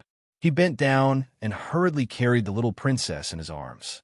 He did not even look at the little girl who was sleeping soundly at the moment. He did not care. He had not seen his daughter for a day and missed her dearly. He did not know why, but after an entire day of work, whenever he thought of his daughter's pink and tender face, his heart seemed to be filled with something. This was probably the feeling of happiness. Once there was weight in his heart and someone he cared about, his heart would have long drifted back home while he was in the office. This did not mean that he was biased and neglected the mother and children because of the little princess. It was just that Yu was a little tsundere and did not rely on him that much. She was a mischievous child. As for Xiao Chen, perhaps because he had been too strict with his son since he was young, Xiao Chen had always respected his father. As for his little Yue Yao, every time she saw him, she would reveal an extremely dependent expression. When he hugged her, she would also look at him with her bright eyes. Her two small hands would occasionally pat his cheeks, and at other times she would tug at his tie. It always gave him a feeling of being deeply relied on. Men like to be relied on. Muyaja hugged Yue Yao lovingly. He looked up and asked, "Have you changed Yue Yao's diapers?" "I've already changed it for her." Yin Shishir walked aside and sat down. She rested her chin on his shoulder and looked at him. Little Yue Yao was still asleep. When he carried her, his movements were very careful, afraid that he would wake her up. Now, she was like an obedient kitten snuggling in his arms. Her mouth was moving, and she was even bubbling. Yin Shishir reached out with her finger, popped the bubble, and laughed. "She's sleeping soundly." Muyaja gently patted her back. He looked up and met her eyes, and the corners of his lips curled up. He suddenly said, "For the past few days, I've been discussing the details of the wedding with the wedding planner. However, the theme of the wedding hasn't been decided yet. When they came back, they wanted me to ask you what theme and style you would like for the wedding." "Style?" "The decorations of the venue." Yin Shishir said, "How would I know about these things?" "You can decide." Chapter 3183. I don't really understand. I don't know what the theme and style are. Muyaja changed the topic and asked her, "Do you like Chinese weddings or Western weddings?" This question stumped her. Chinese weddings were red and gold or red and black. It was steady and passionate, traditional yet novel, and extremely solemn. Most importantly, Chinese weddings had phoenix coronets and red robes. The classical charm was hard for many women to resist. Speaking of China's traditional culture, there was still a lot of charm to it. Imagine wearing a gorgeous Han costume, phoenix coronets, and red robes. It must be a unique and beautiful scene. However, most weddings nowadays were Western weddings. The most eye-catching feature of Western weddings was the holy and beautiful wedding dress. Holy and snow white. Whether it was the style of a fishtail or the style of a princess's tutu, every wedding dress had its own characteristics. Flowers, an arch, a sacred and solemn vow, a custom-made wedding cake, and a champagne tower were also not bad. Yin Shishir was a little conflicted because whether it was a Chinese wedding or a Western wedding, she liked them both. This, Yin Shishir frowned and was a little hesitant. I like the solemnity of Chinese weddings and the elegance of Western weddings. I like phoenix coronets and red robes, and I also like holy and pure wedding dresses. So, if you ask me whether a Western wedding or a Chinese wedding, I like both. It's really hard to choose. Since it's hard to choose, then let's do both styles together. Huh? Yin Shishir was a little stunned. Oh my god, these two styles don't fit together. How can they be done together? An outdoor lawn wedding and an indoor Chinese wedding. Since you like both, it's not like you don't have the qualifications. Yin Shishir asked again, "What about you? Which kind of wedding do you prefer?" Muyaja smiled. His gaze fell on the sleeping face of the little one in his arms. He said gently, "As long as the person standing in front of me and swearing to me is you, any style is fine." He really didn't care about the style. He liked the person who walked into the wedding hall with him. When the day came, he was afraid that when she walked in front of him, the whole world would be overshadowed in that instant. Whether it was the Chinese style or the Western style, he probably didn't have time to care about it. In his eyes, There was only her. He couldn't see anything clearly. He couldn't see anything. On that day, at that moment, what could be more beautiful and eye-catching than her standing in front of him? How could Yin know what he was thinking? Seeing that he threw the question back at her, she started to feel conflicted again. Hubby, am I being too greedy? You like the Western style, but you also want the Chinese style? Before she finished speaking, the little guy in her bosom suddenly kicked his legs. She didn't know if this was a dream or if he was dreaming about something, but after kicking twice in a row, it actually woke her up. Before she even opened her eyes, her tears had already fallen. It was probably because he had been sleeping well and was woken up by her. The little guy was also a little angry when he woke up. He couldn't wake up and was in a terrible mood. He groaned a few times and actually cried out in grievance. Muyaja hurriedly coaxed her. He kissed her forehead, patted her back, and said in a low voice, "Yue Yao, don't cry. Yue Yao, don't cry." Chapter 3184. It's all your fault. Yin Shi blamed him. You wanted to hug her the moment you came back. She's still sleeping. It's not like you don't know that the little one cries when she's not awake. Muyaja didn't think much of it. It's been a hard day. Isn't it only right to come back and hug my little princess? As he spoke, he gently kissed little Yao's forehead as a form of consolation. Seeing that she was crying, he coaxed her patiently without the slightest bit of impatience or helplessness like a newbie, stay-at-home dad. He was already able to handle little Yao's cries with ease. He suddenly took out a small red brocade box from his pocket. It looked very exquisite. He handed the box to her and gestured, "Open it and take a look." Yin Shi took it curiously and looked at him. Puzzled, she asked, "What's this?" "Open it and you'll know." Yin Shi raised her eyebrows and opened the box. Inside the box lay a small but exceptionally exquisite longevity lock made of pure silver. Longevity locks, also known as longevity strands, were usually worn during a 100-day banquet or when a child was 1 year old. The longevity lock was worn to prevent diseases and spirits from invading and harming the child. In ancient times, people believed that once a child wore a lock, he or she would be able to grow up safe and sound.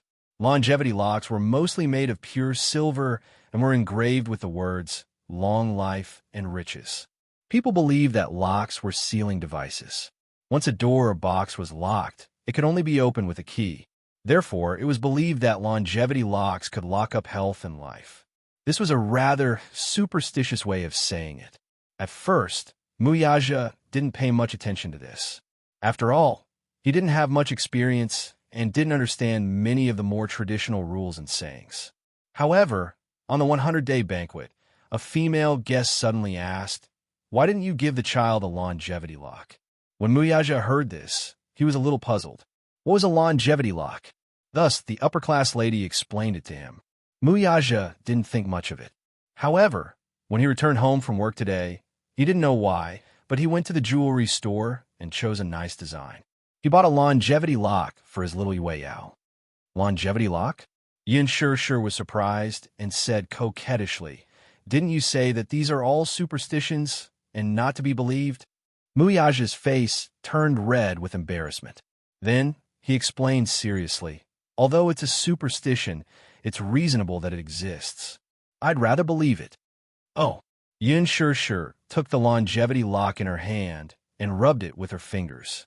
She said, "You can't just buy a longevity lock just because you want to." When Yue Yao was 12 years old, he still had to remember to ask for a golden key to restore it. Otherwise, it wouldn't be effective and sincere enough. Actually, I think that there are some traditions that you either don't believe in. If you believe in them, you have to believe in them sincerely and revere them. As she said this, she put the longevity lock around little Yue Yao's neck. As she put it on for her, she made a sincere wish in her heart. "I hope that Yue Yao will be safe and sound in this life, and live a long life of wealth and prosperity." She didn't know why, but when she fastened the longevity lock, little Yue Yao blinked and stopped crying. How strange. Chapter 3185. She sucked on her finger, looked at Yin Shi, and then looked at Muyaja. Suddenly, she was so excited that she danced. "Yaya." She reached out with her saliva and slapped Muyaja's face. Her saliva got all over his face. Yun Shir was amused. Muyaja also laughed. He looked at Yue Yao, and then at her. She won't cry when she's locked. Sometimes, some things are really hard to explain.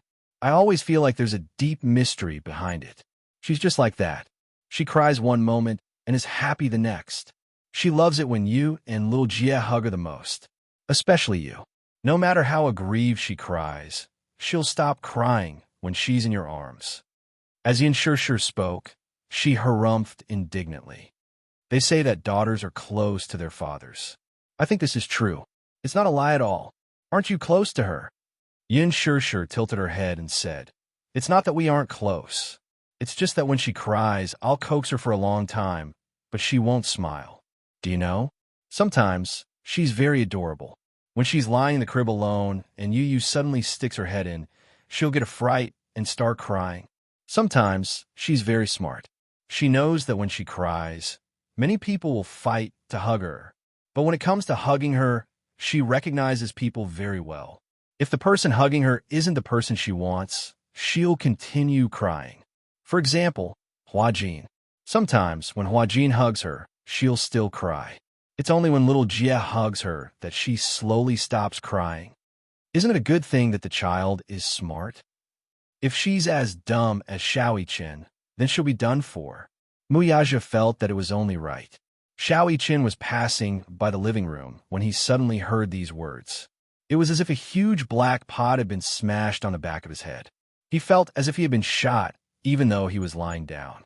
He covered his chest and complained unhappily, Daddy, you're talking bad about me behind my back again.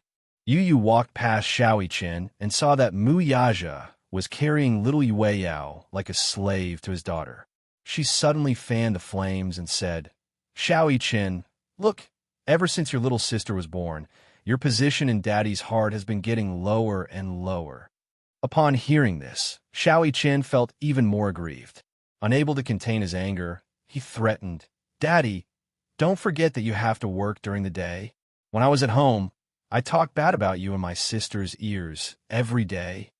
How dare you? Muyaja took his words seriously and glared at him. You're not allowed to speak ill of Daddy in front of Yue Yao. Then why did you call me dumb in front of little sister? Xiao Yiqin pursed his lips and said, If little sister finds out that I'm dumb and bullies me when I grow up, then no one will dote on me and love me. How old is little sister? How would she understand if I called you dumb?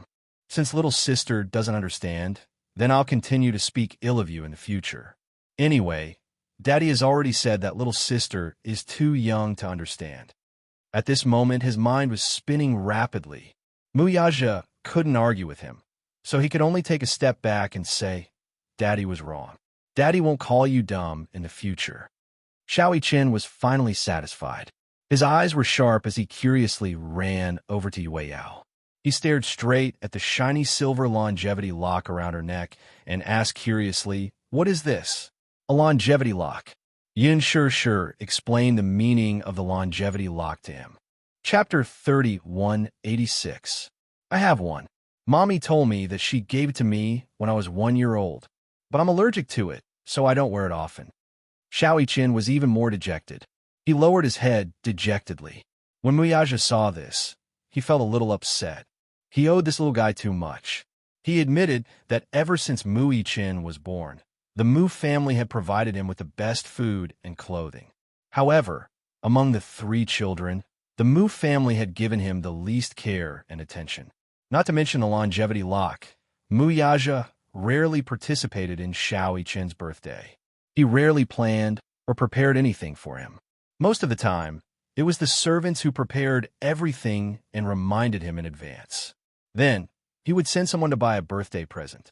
If Xiao Yiqin wanted something, he would send someone to buy it for him. Mu Yiqin's personality was actually very lively.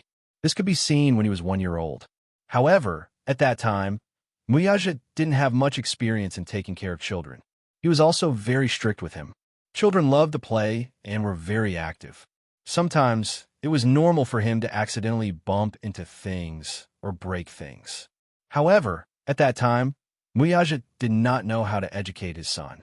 Sometimes he was so concerned that his son would break something. He was worried that he would hurt himself again if he was careless again. Hence, he punished him by making him face the wall to reflect on his mistakes. However, the child subconsciously thought that he had caused trouble and made Muyaja unhappy. He didn't realize that this was a father's concern. After all, the child was still young. In terms of understanding, it was difficult for him to understand a father's love and care. It was also difficult for him to understand the concern of an elder. When he was a little older, Muyaja threw him into the special training camp to suffer. After returning from a special training camp, Xiaoqin seemed to have changed into a different person. He went from being lively and active to being reserved like a little iceberg. In reality, he was just trying to equip himself. When the mother and son reunited and returned to Yun Shishir's side, his most primitive honesty and innocence gradually revealed itself. Why else would it be said that when it came to family, no matter who the child left, the child couldn't do it? His father was his backer, his sense of security. Mother is the harbor, the greatest warmth. Without any one of them, home would no longer be home. Looking at Xiaoqin's disappointed face, Muyaja realized that he had always neglected Xiaoqin. In the past, it was because he was a new father and did not know how to manage the relationship between him and his child. When the mother and son reunited, he returned to Yun Shishir's side and spent time with Yu. Xiaoqin considered himself to be the older brother, so he learned to be mature and knew how to take care of Yu. However, everyone had forgotten that even though Xiaoqin was the older brother, he was only a few minutes older than Yu. Furthermore, he was only 7 years old. The crybaby got candy, but the mature one's feelings were always neglected. Muichin didn't know what his daddy was thinking. When he saw that his daddy was looking at him, he thought that he was being willful. He immediately said, I didn't say that I must have a longevity lock. I was just teasing daddy. Come here. Muyaja called out to him. His tone instantly became gentle. Xiaoqin was a little bashful. What's wrong? Chapter 31:87. Come here. When Muyaja called again, Xiaoqin walked over awkwardly. Muyaja held his hand and pulled him in front of him. Then, he brushed his hair aside and planted a kiss on his forehead. Daddy will make it up to you, okay? Xiaoqin's face turned strangely red all of a sudden. He thought to himself, what's wrong with Daddy? Why is he being so gentle to me for no reason? He couldn't get used to it. Upon hearing that he was going to make it up to him, Xiaoqin was naturally delighted. He quickly nodded and said, okay. This way, my sister, Yu, and I will all have longevity locks. When Yun Shishir heard this, she thought it was a little strange. She rebuked him and said, didn't you give Xiaoqin a longevity lock when he was 1 year old? She had wanted to give Yueyao a longevity lock when he was 1 year old. It was too early for the 100-day banquet, so she wasn't in a hurry to give it to him. However, she didn't expect this man to give Yueyao one even though he didn't seem to care. She was a little surprised by his thoughtfulness. However, when she heard that Xiaoqin didn't have one, she was a little surprised. She thought that Xiaoqin had one, but he wouldn't wear it like Yu. However, Muyaja said, I didn't know there was such a thing as a longevity lock. You're a father, after all. You can't ignore the older ones. Otherwise, you'll be suspected of being biased. Yun Shishir harumphed. She was obviously on Xiaoqin's side. Muyaja humbly listened to her advice. Madam is right. Yun Shishir was amused when she heard this. She and Xiaoqin looked at each other and smiled. At night, the family showered and went to bed. Yun Shishir lifted the blanket and moved towards Muyaja. She hugged him and said, Hubby, don't you think that you didn't care enough for Xiaoqin when he was young? Muyaja nodded and heard her say, Today I saw Xiaoqin's face looking a little lonely when he saw that little Yueyao also had a longevity lock. My heart aches when I look at it. There was a hint of reproach in her tone.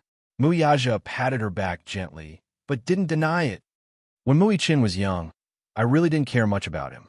At that time, there weren't any capable assistants in the consortium. Lu Jinyu and Jiang Shun were still young and inexperienced, so I had to take care of a lot of work. Hence, I rarely had time to spare on him. Yin Shishir expressed her understanding. After all, no matter how capable a man was, he didn't have 3 heads and 6 arms. nor was he made of iron. From a certain point of view, Muyaja was indeed good at educating children, but it was also remarkable. At least, Xiaoqin wasn't like those spoiled, rich second-generation heirs. This proved that Muyaja had put in a lot of effort in educating children. However, as a father's love wasn't as gentle as a mother's. She had been absent from Xiaoqin's childhood. Without a mother's love, she felt guilty. Muyaja continued. Perhaps it's because the circumstances are different now. At that time, Xiaoqin's definition of me was that I had this child under Grandpa's orders to continue the family line. But now that I think about it, I feel guilty. Chapter 3188. Muyaja said, as a father, I didn't fulfill my responsibilities, but I'll be more careful in the future. I don't want the little guy to feel neglected again. As he spoke, he covered her with a thin blanket. The weather had turned cold, and he was worried that she would catch a cold. She took note of his silent thoughtfulness. She hugged his shoulders and planted a kiss on the corner of his lips. Good night. The next day, when Muyaja got off work, he went to the jewelry store and chose a longevity lock of another design. When he got home, he didn't carry Wei Yao as he usually did. Instead, he carried the gift box mysteriously and walked to his room. Xiaoqin was playing a game on his phone. When he walked over, he saw that he was controlling an exquisite character to push a tower. Muyaja didn't know what game it was, but he didn't disturb him. When the word victory appeared on the screen, Xiaoqin turned around and was shocked by the man who suddenly appeared behind him.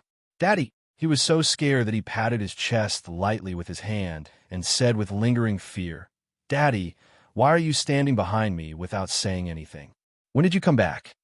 Not long ago. I saw that you were playing a game, so I didn't disturb you. Muyaja patted his head and asked, What game are you playing? Oh, Muichin continued. You won't understand even if I tell you. Have you heard of Mobile Legends? Muyaja raised his eyebrows. He didn't play games, so how could he have heard of this game?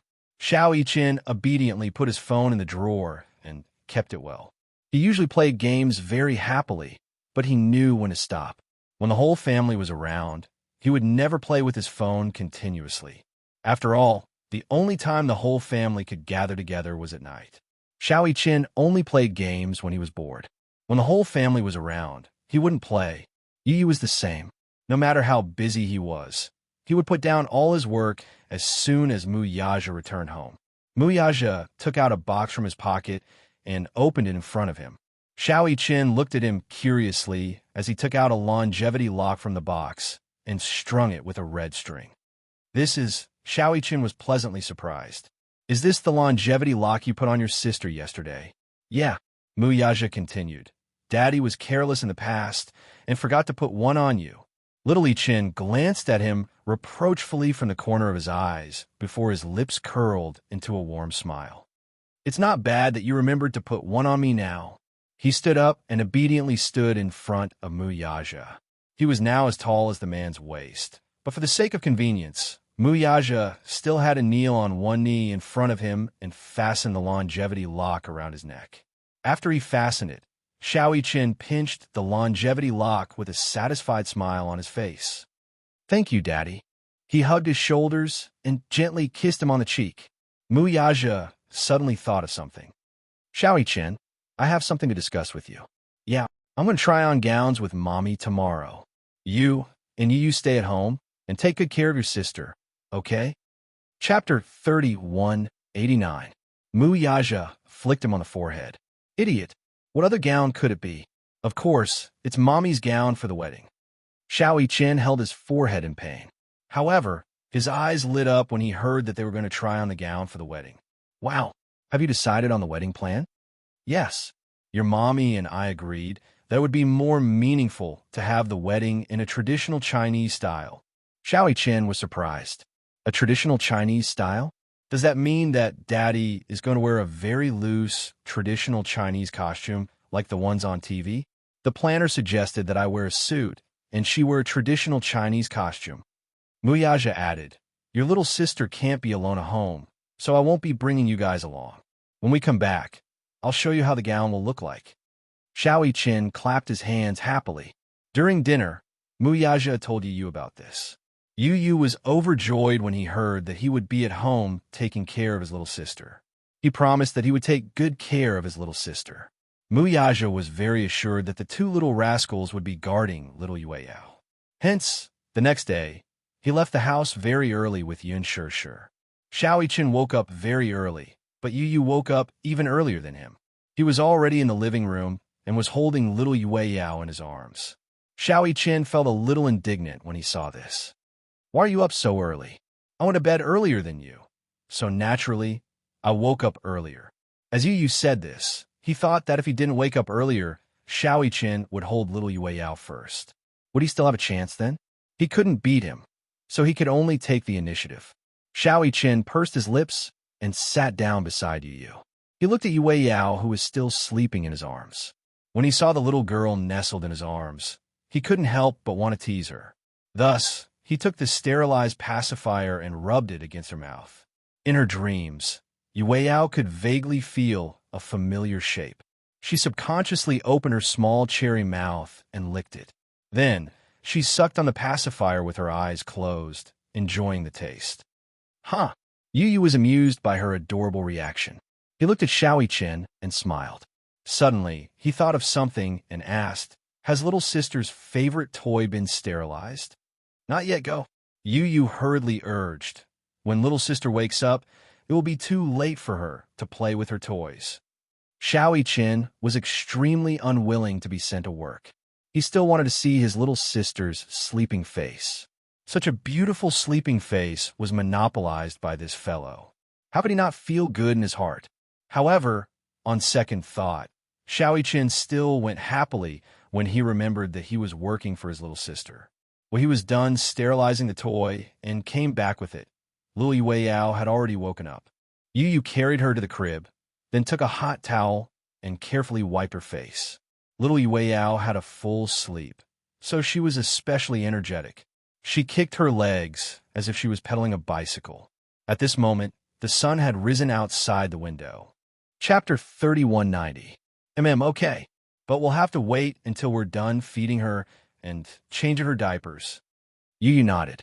The two little guys busied themselves again. After they were done feeding her and changing her diapers, they placed little Yueyao in the stroller. Then, they placed little Yueyao's favorite toy in the stroller and pushed it out the door. Although the stroller wasn't tall, Yu wasn't as tall as Xiaoyichen, so Xiaoyichen was in charge of pushing the stroller. Yun Shishir had moved to Yun Shanshir to take care of her pregnancy. After she returned home from the confinement center, the whole family moved back to Xiaoni Walk. The main reason was that Xiaoni Walk was a bungalow with a garden, so it wasn't very big. Moreover, she missed the garden full of Chinese roses. After living there for so long, she had gotten used to living there.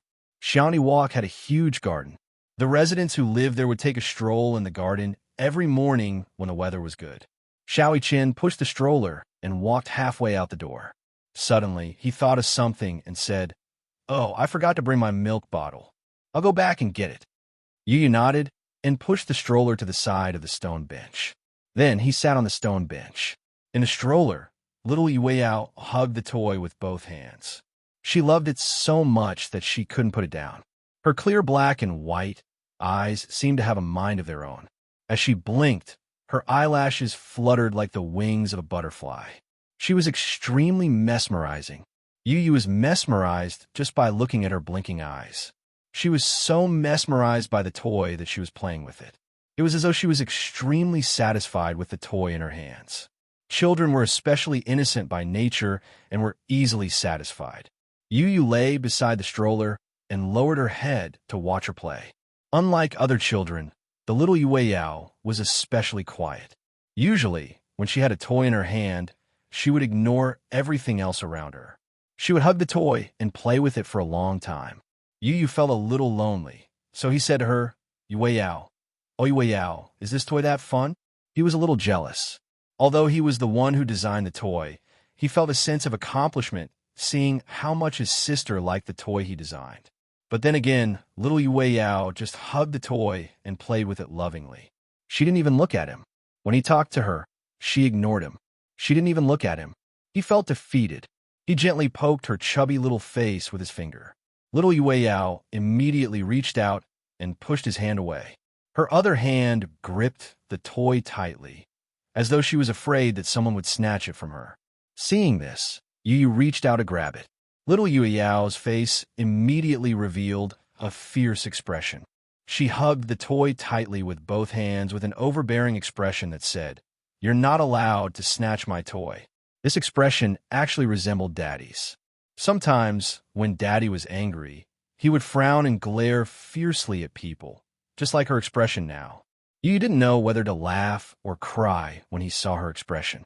The more he wanted to tease her, the more he reached out to grab the toy from her arms. Chapter 3191. She was quite stubborn. If it had been any other child, they would have burst into tears by now. However, it was said that this sister of his didn't like to cry and rarely shed tears. She would only cry when she was feeling uncomfortable or hungry. Yu raised the toy and said with a smile, "If you have the ability, come and snatch it from me." Little Yao seemed to understand his words. She wrinkled her little nose and waved her hands, touching the pull tab on the crib. The pram was very well equipped. In order to train the baby's ability to sit, it was equipped with a very sturdy pull tab. When little Yao saw the pull tab, it was as if she had seen a new world. She pulled on the pull tab and lifted her upper body slightly. Her legs kicked, and she actually sat up straight. Yu was completely stunned. Little Yao wasn't even 6 months old yet. The confinement nanny had said that the child would only be able to learn how to sit up independently when she was 6 months old. However, it hadn't even been 6 months, and she was already sitting up on her own. Yu was extremely surprised. It took him a while to react. He exclaimed to Yao, "You can actually sit up on your own." He was a little excited and even more amazed that little Yao could actually sit up on her own. He was extremely excited. However, little Yao did not seem to understand his words. Her gaze was still fixed on the toy in his hand. Her two little hands reached out, wanting to grab the toy. "All right, I won't snatch it, I won't snatch it. Here you go." Yu immediately handed the toy over. However, her little legs were still kicking so hard that the toy was sent flying a few meters away. Seeing that the toy had been sent flying, Yu stood up to retrieve it. Suddenly, he thought of something and immediately turned around. He first fixed the wheels of the pram and then turned back. He saw that an 8-year-old boy had already bent down to pick up the toy. He smiled knowingly, walked over, and smiled at the boy. "Thank you." The boy raised his head and looked at him strangely. He asked, "Why are you thanking me? Aren't you picking up toys for me?" Yu looked at the toy in his hand and said, "If you help me, I'll definitely have to thank you." The boy looked down at the toy. It was a rainbow pony. He had never seen this toy before, so he hugged it tightly and refused to let go. When Yu saw this, she immediately said, "This is my sister's toy." The little boy rudely interrupted him. "I don't care whose toy it is. Just because you say it's yours, it's yours. I picked it up, so it's mine." You did not expect him to be so unreasonable. He wanted to take his sister's toy for himself. "Please return the toy to me." The boy snorted and turned to leave. Seeing that he was being so unreasonable, Yu immediately rushed up and grabbed his sleeve. The boy turned around, frowned, and pushed him violently to the ground. "I said that I picked it up, so it's mine. Didn't you hear me?" Caught off guard, Yu was pushed to the ground. She was in so much pain that her eyebrows were twisted. Seeing this, the boy didn't feel that he had done anything wrong. Chapter 3192. Seeing that Yu was in pain from the fall, Yao knew that he was not feeling well. She was probably afraid as well, for she was so frightened that her face turned red and she started crying.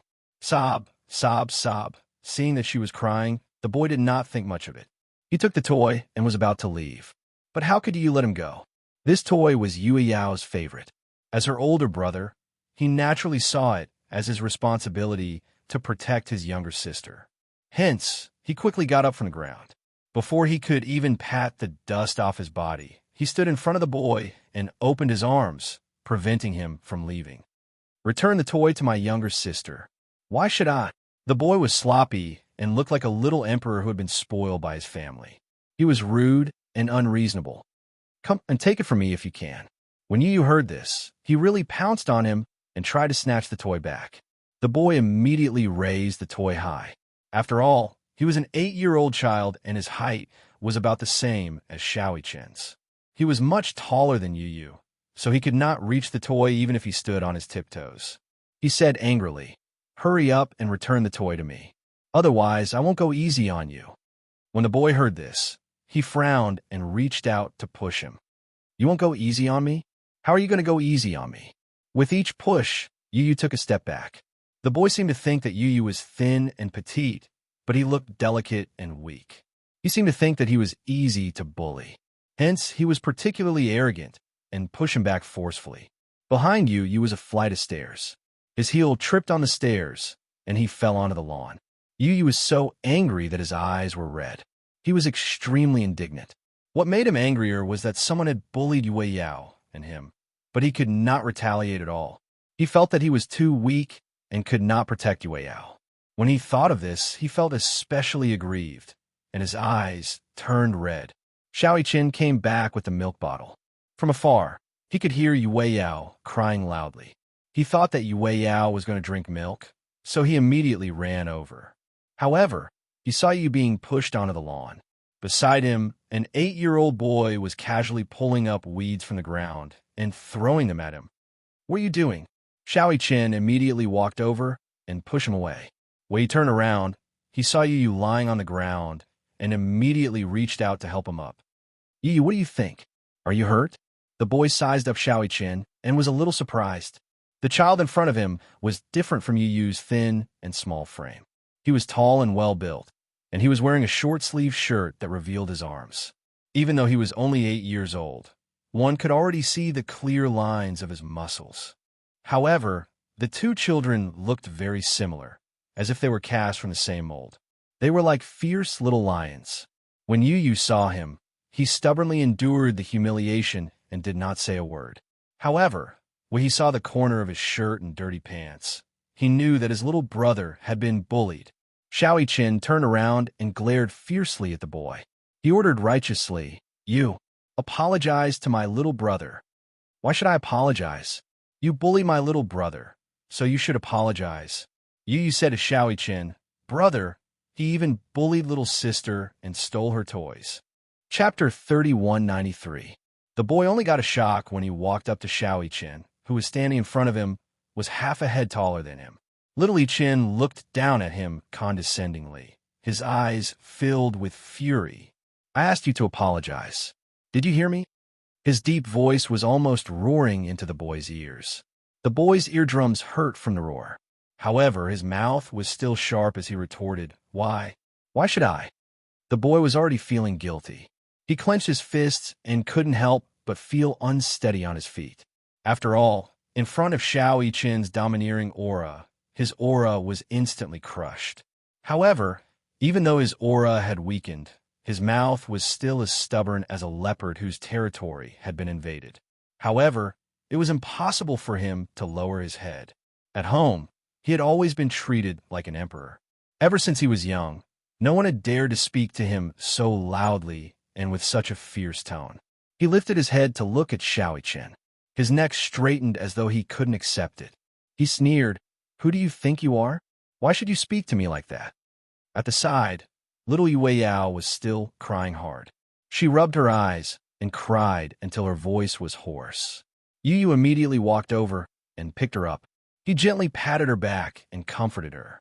Perhaps little Yao's aggrieved and heartbroken cries had triggered him, but Qin immediately grabbed him by the collar and pulled him in front of him.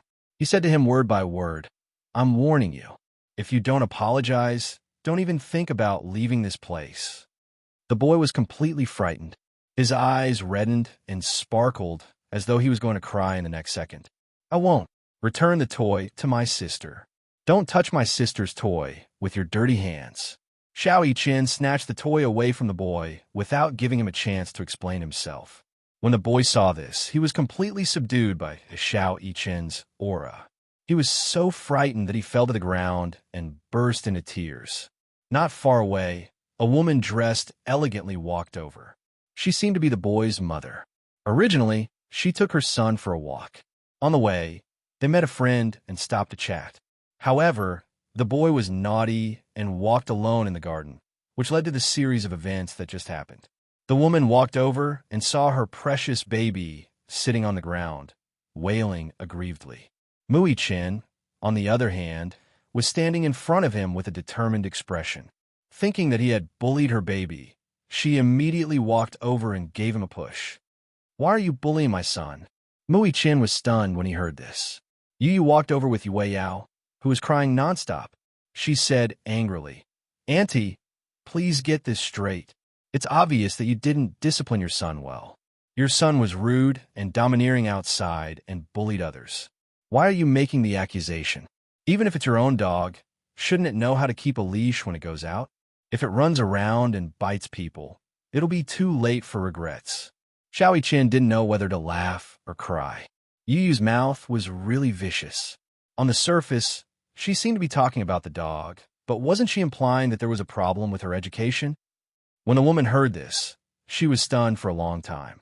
She couldn't believe that such words would come out of the mouth of an 8-year-old child. Chapter 3194. Before Xiaoyi-chin could open his mouth, Yu retorted harshly, "What I'm about to say isn't human language. How are you going to understand it? Or are you calling yourself 8B***?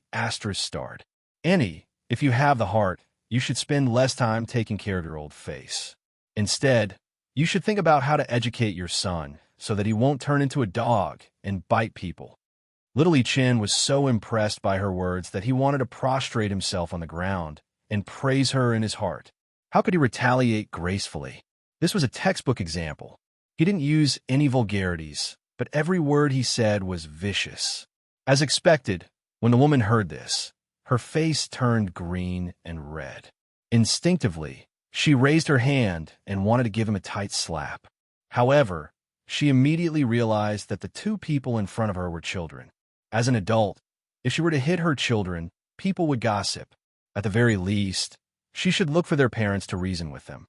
"Which family are you from? I'm going to look for your parents later to talk about this.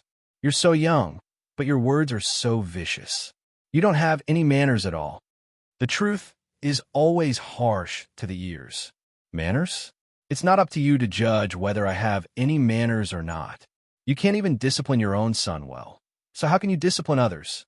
Yu paused and said, "That's right. I can't expect you to discipline your own son well. The next generation will be the same as the adults. It's obvious from your son's character. I'm sure you won't be any better." As he said this, Yu tugged at Xiaoyi-chin's arm and said to him, "Brother, let's go." Xiaoyi-chin nodded. The two of them didn't even look at her as they carried Yue Yao into the pram. After this incident, they weren't in the mood to take a leisurely stroll. They were planning to go home. When the woman saw this, she immediately walked over and wanted to say something.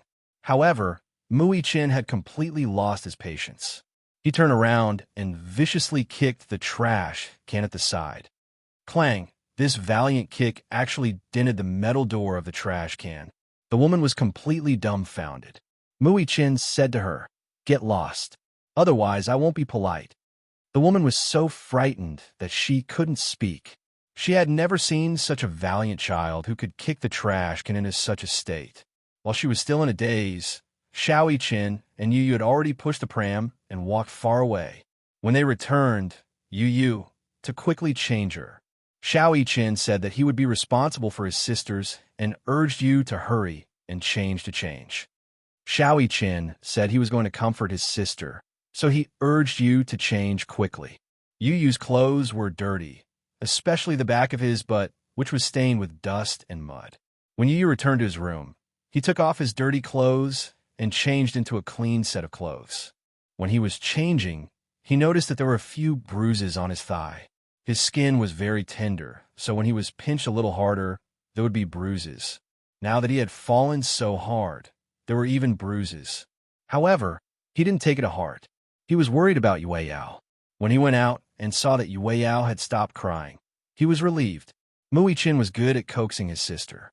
He couldn't coax her no matter how hard he tried. He was smart enough to clean the toys and disinfect them before placing them in her arms. Chapter 3195. In the afternoon, Mu Yaja and Yun Shirsha returned. A certain man had just returned and had yet to take off his jacket when he hurriedly ran to the crib. However, little Yue wasn't inside. It turned out that the two little guys were holding little Yue and sunbathing in the back garden. Mu Yaja and Yun Shirshir tiptoed to the balcony and saw Xiao Yichen sitting upright with little Yue in his arms. Yu was sitting at the door, holding a drawing board and seriously sketching. Yu had been very talented in drawing since he was young. He had never specially learned it because he spent most of his time in the hospital or at home. Hence, he had plenty of time and patience to hold a drawing board and carefully sketch a scene. When he was 5 years old, his sketches were actually quite decent. It was as if he was self-taught. Mu Yaja deliberately didn't disturb him. When Xiao Yichen saw him, his expression changed. However, he gestured for him to keep quiet and stood behind Yu. Looking at his drawing, he already had a rough outline, but there were no shadows, so the figure wasn't very three-dimensional. Yu held the brush and said calmly, "Daddy, how long are you going to stand behind me?" Mu Yaja was shocked. "How did you know that I'm standing behind you?" Yu turned around speechlessly and looked at him with a defeated expression. "Daddy, do you think I'm deaf? Can't I hear you? Or do you think you're a god who floated all the way here?" Yun Shirshir was amused by him. However, Mu Yaja was attentive. When he saw that Yu's palm seemed to have some scratches, he immediately grabbed his hand and examined it carefully. "What happened? Why are you scratched?" Yu didn't expect his eyes to be so sharp. He said calmly, "I accidentally fell. It's fine." "Where? Let me take a look." Yun Shirshir also hurried over. She held his small hand and looked at it. Seeing that it was only a little abrasion and was not serious, she was relieved. "Why aren't you more careful?" Yu put down the drawing board and asked, "Have you taken photos?" "What picture?" "Stupid daddy. Of course it's the photo of mommy trying on the gown." Yu looked helpless. "Daddy, your reaction is so slow." Mu Yaja furrowed his brows. He was both annoyed and amused by the other's mischievous look. Xiao Yichen walked over with little Yue in his arms. Little Yue was basking comfortably in the sun, and when she saw them return, she became excited. When Xiao Yichen walked closer with her in his arms, little Yue couldn't wait to reach out her arms and ask for a hug. This action of hers, however, made Yun Shirshir feel strange. All along, she had thought that her daughter was quite cold and aloof. Usually, when people want to hug her, not only did they have to seek permission from Xiao Yichen and Yu, but they also had to seek her opinion. If someone reached out to hug her, she would sometimes look away and turn her face away. This was a sign that she didn't want to be hugged. However, what Yun Shirshir didn't know was that little Yue had suffered a lot today. Hence, when she saw them return, she was especially attentive and wanted to hug them for comfort. Mu Yaja's heart almost melted when he saw her asking for a hug. Chapter 3196. If someone reached out to hug her, she would sometimes look away and turn her little face away. This was a sign that she did not want to be hugged. However, what Yun Shirshir did not know was that little Yue had been wrong today. Therefore, when she saw them return, she was especially attentive and wanted to hug them for comfort. Mu Yaja's heart almost melted when he saw her asking for a hug. In the past, the CEO, who was known for his cold and aloof image in front of the employees of the Xingyu Corporation, had to lower himself and immediately carry the little princess in his arms. Mu Yaja hugged little Yue in his arms, feeling extremely satisfied. Little Yue could always evoke infinite tenderness in his heart.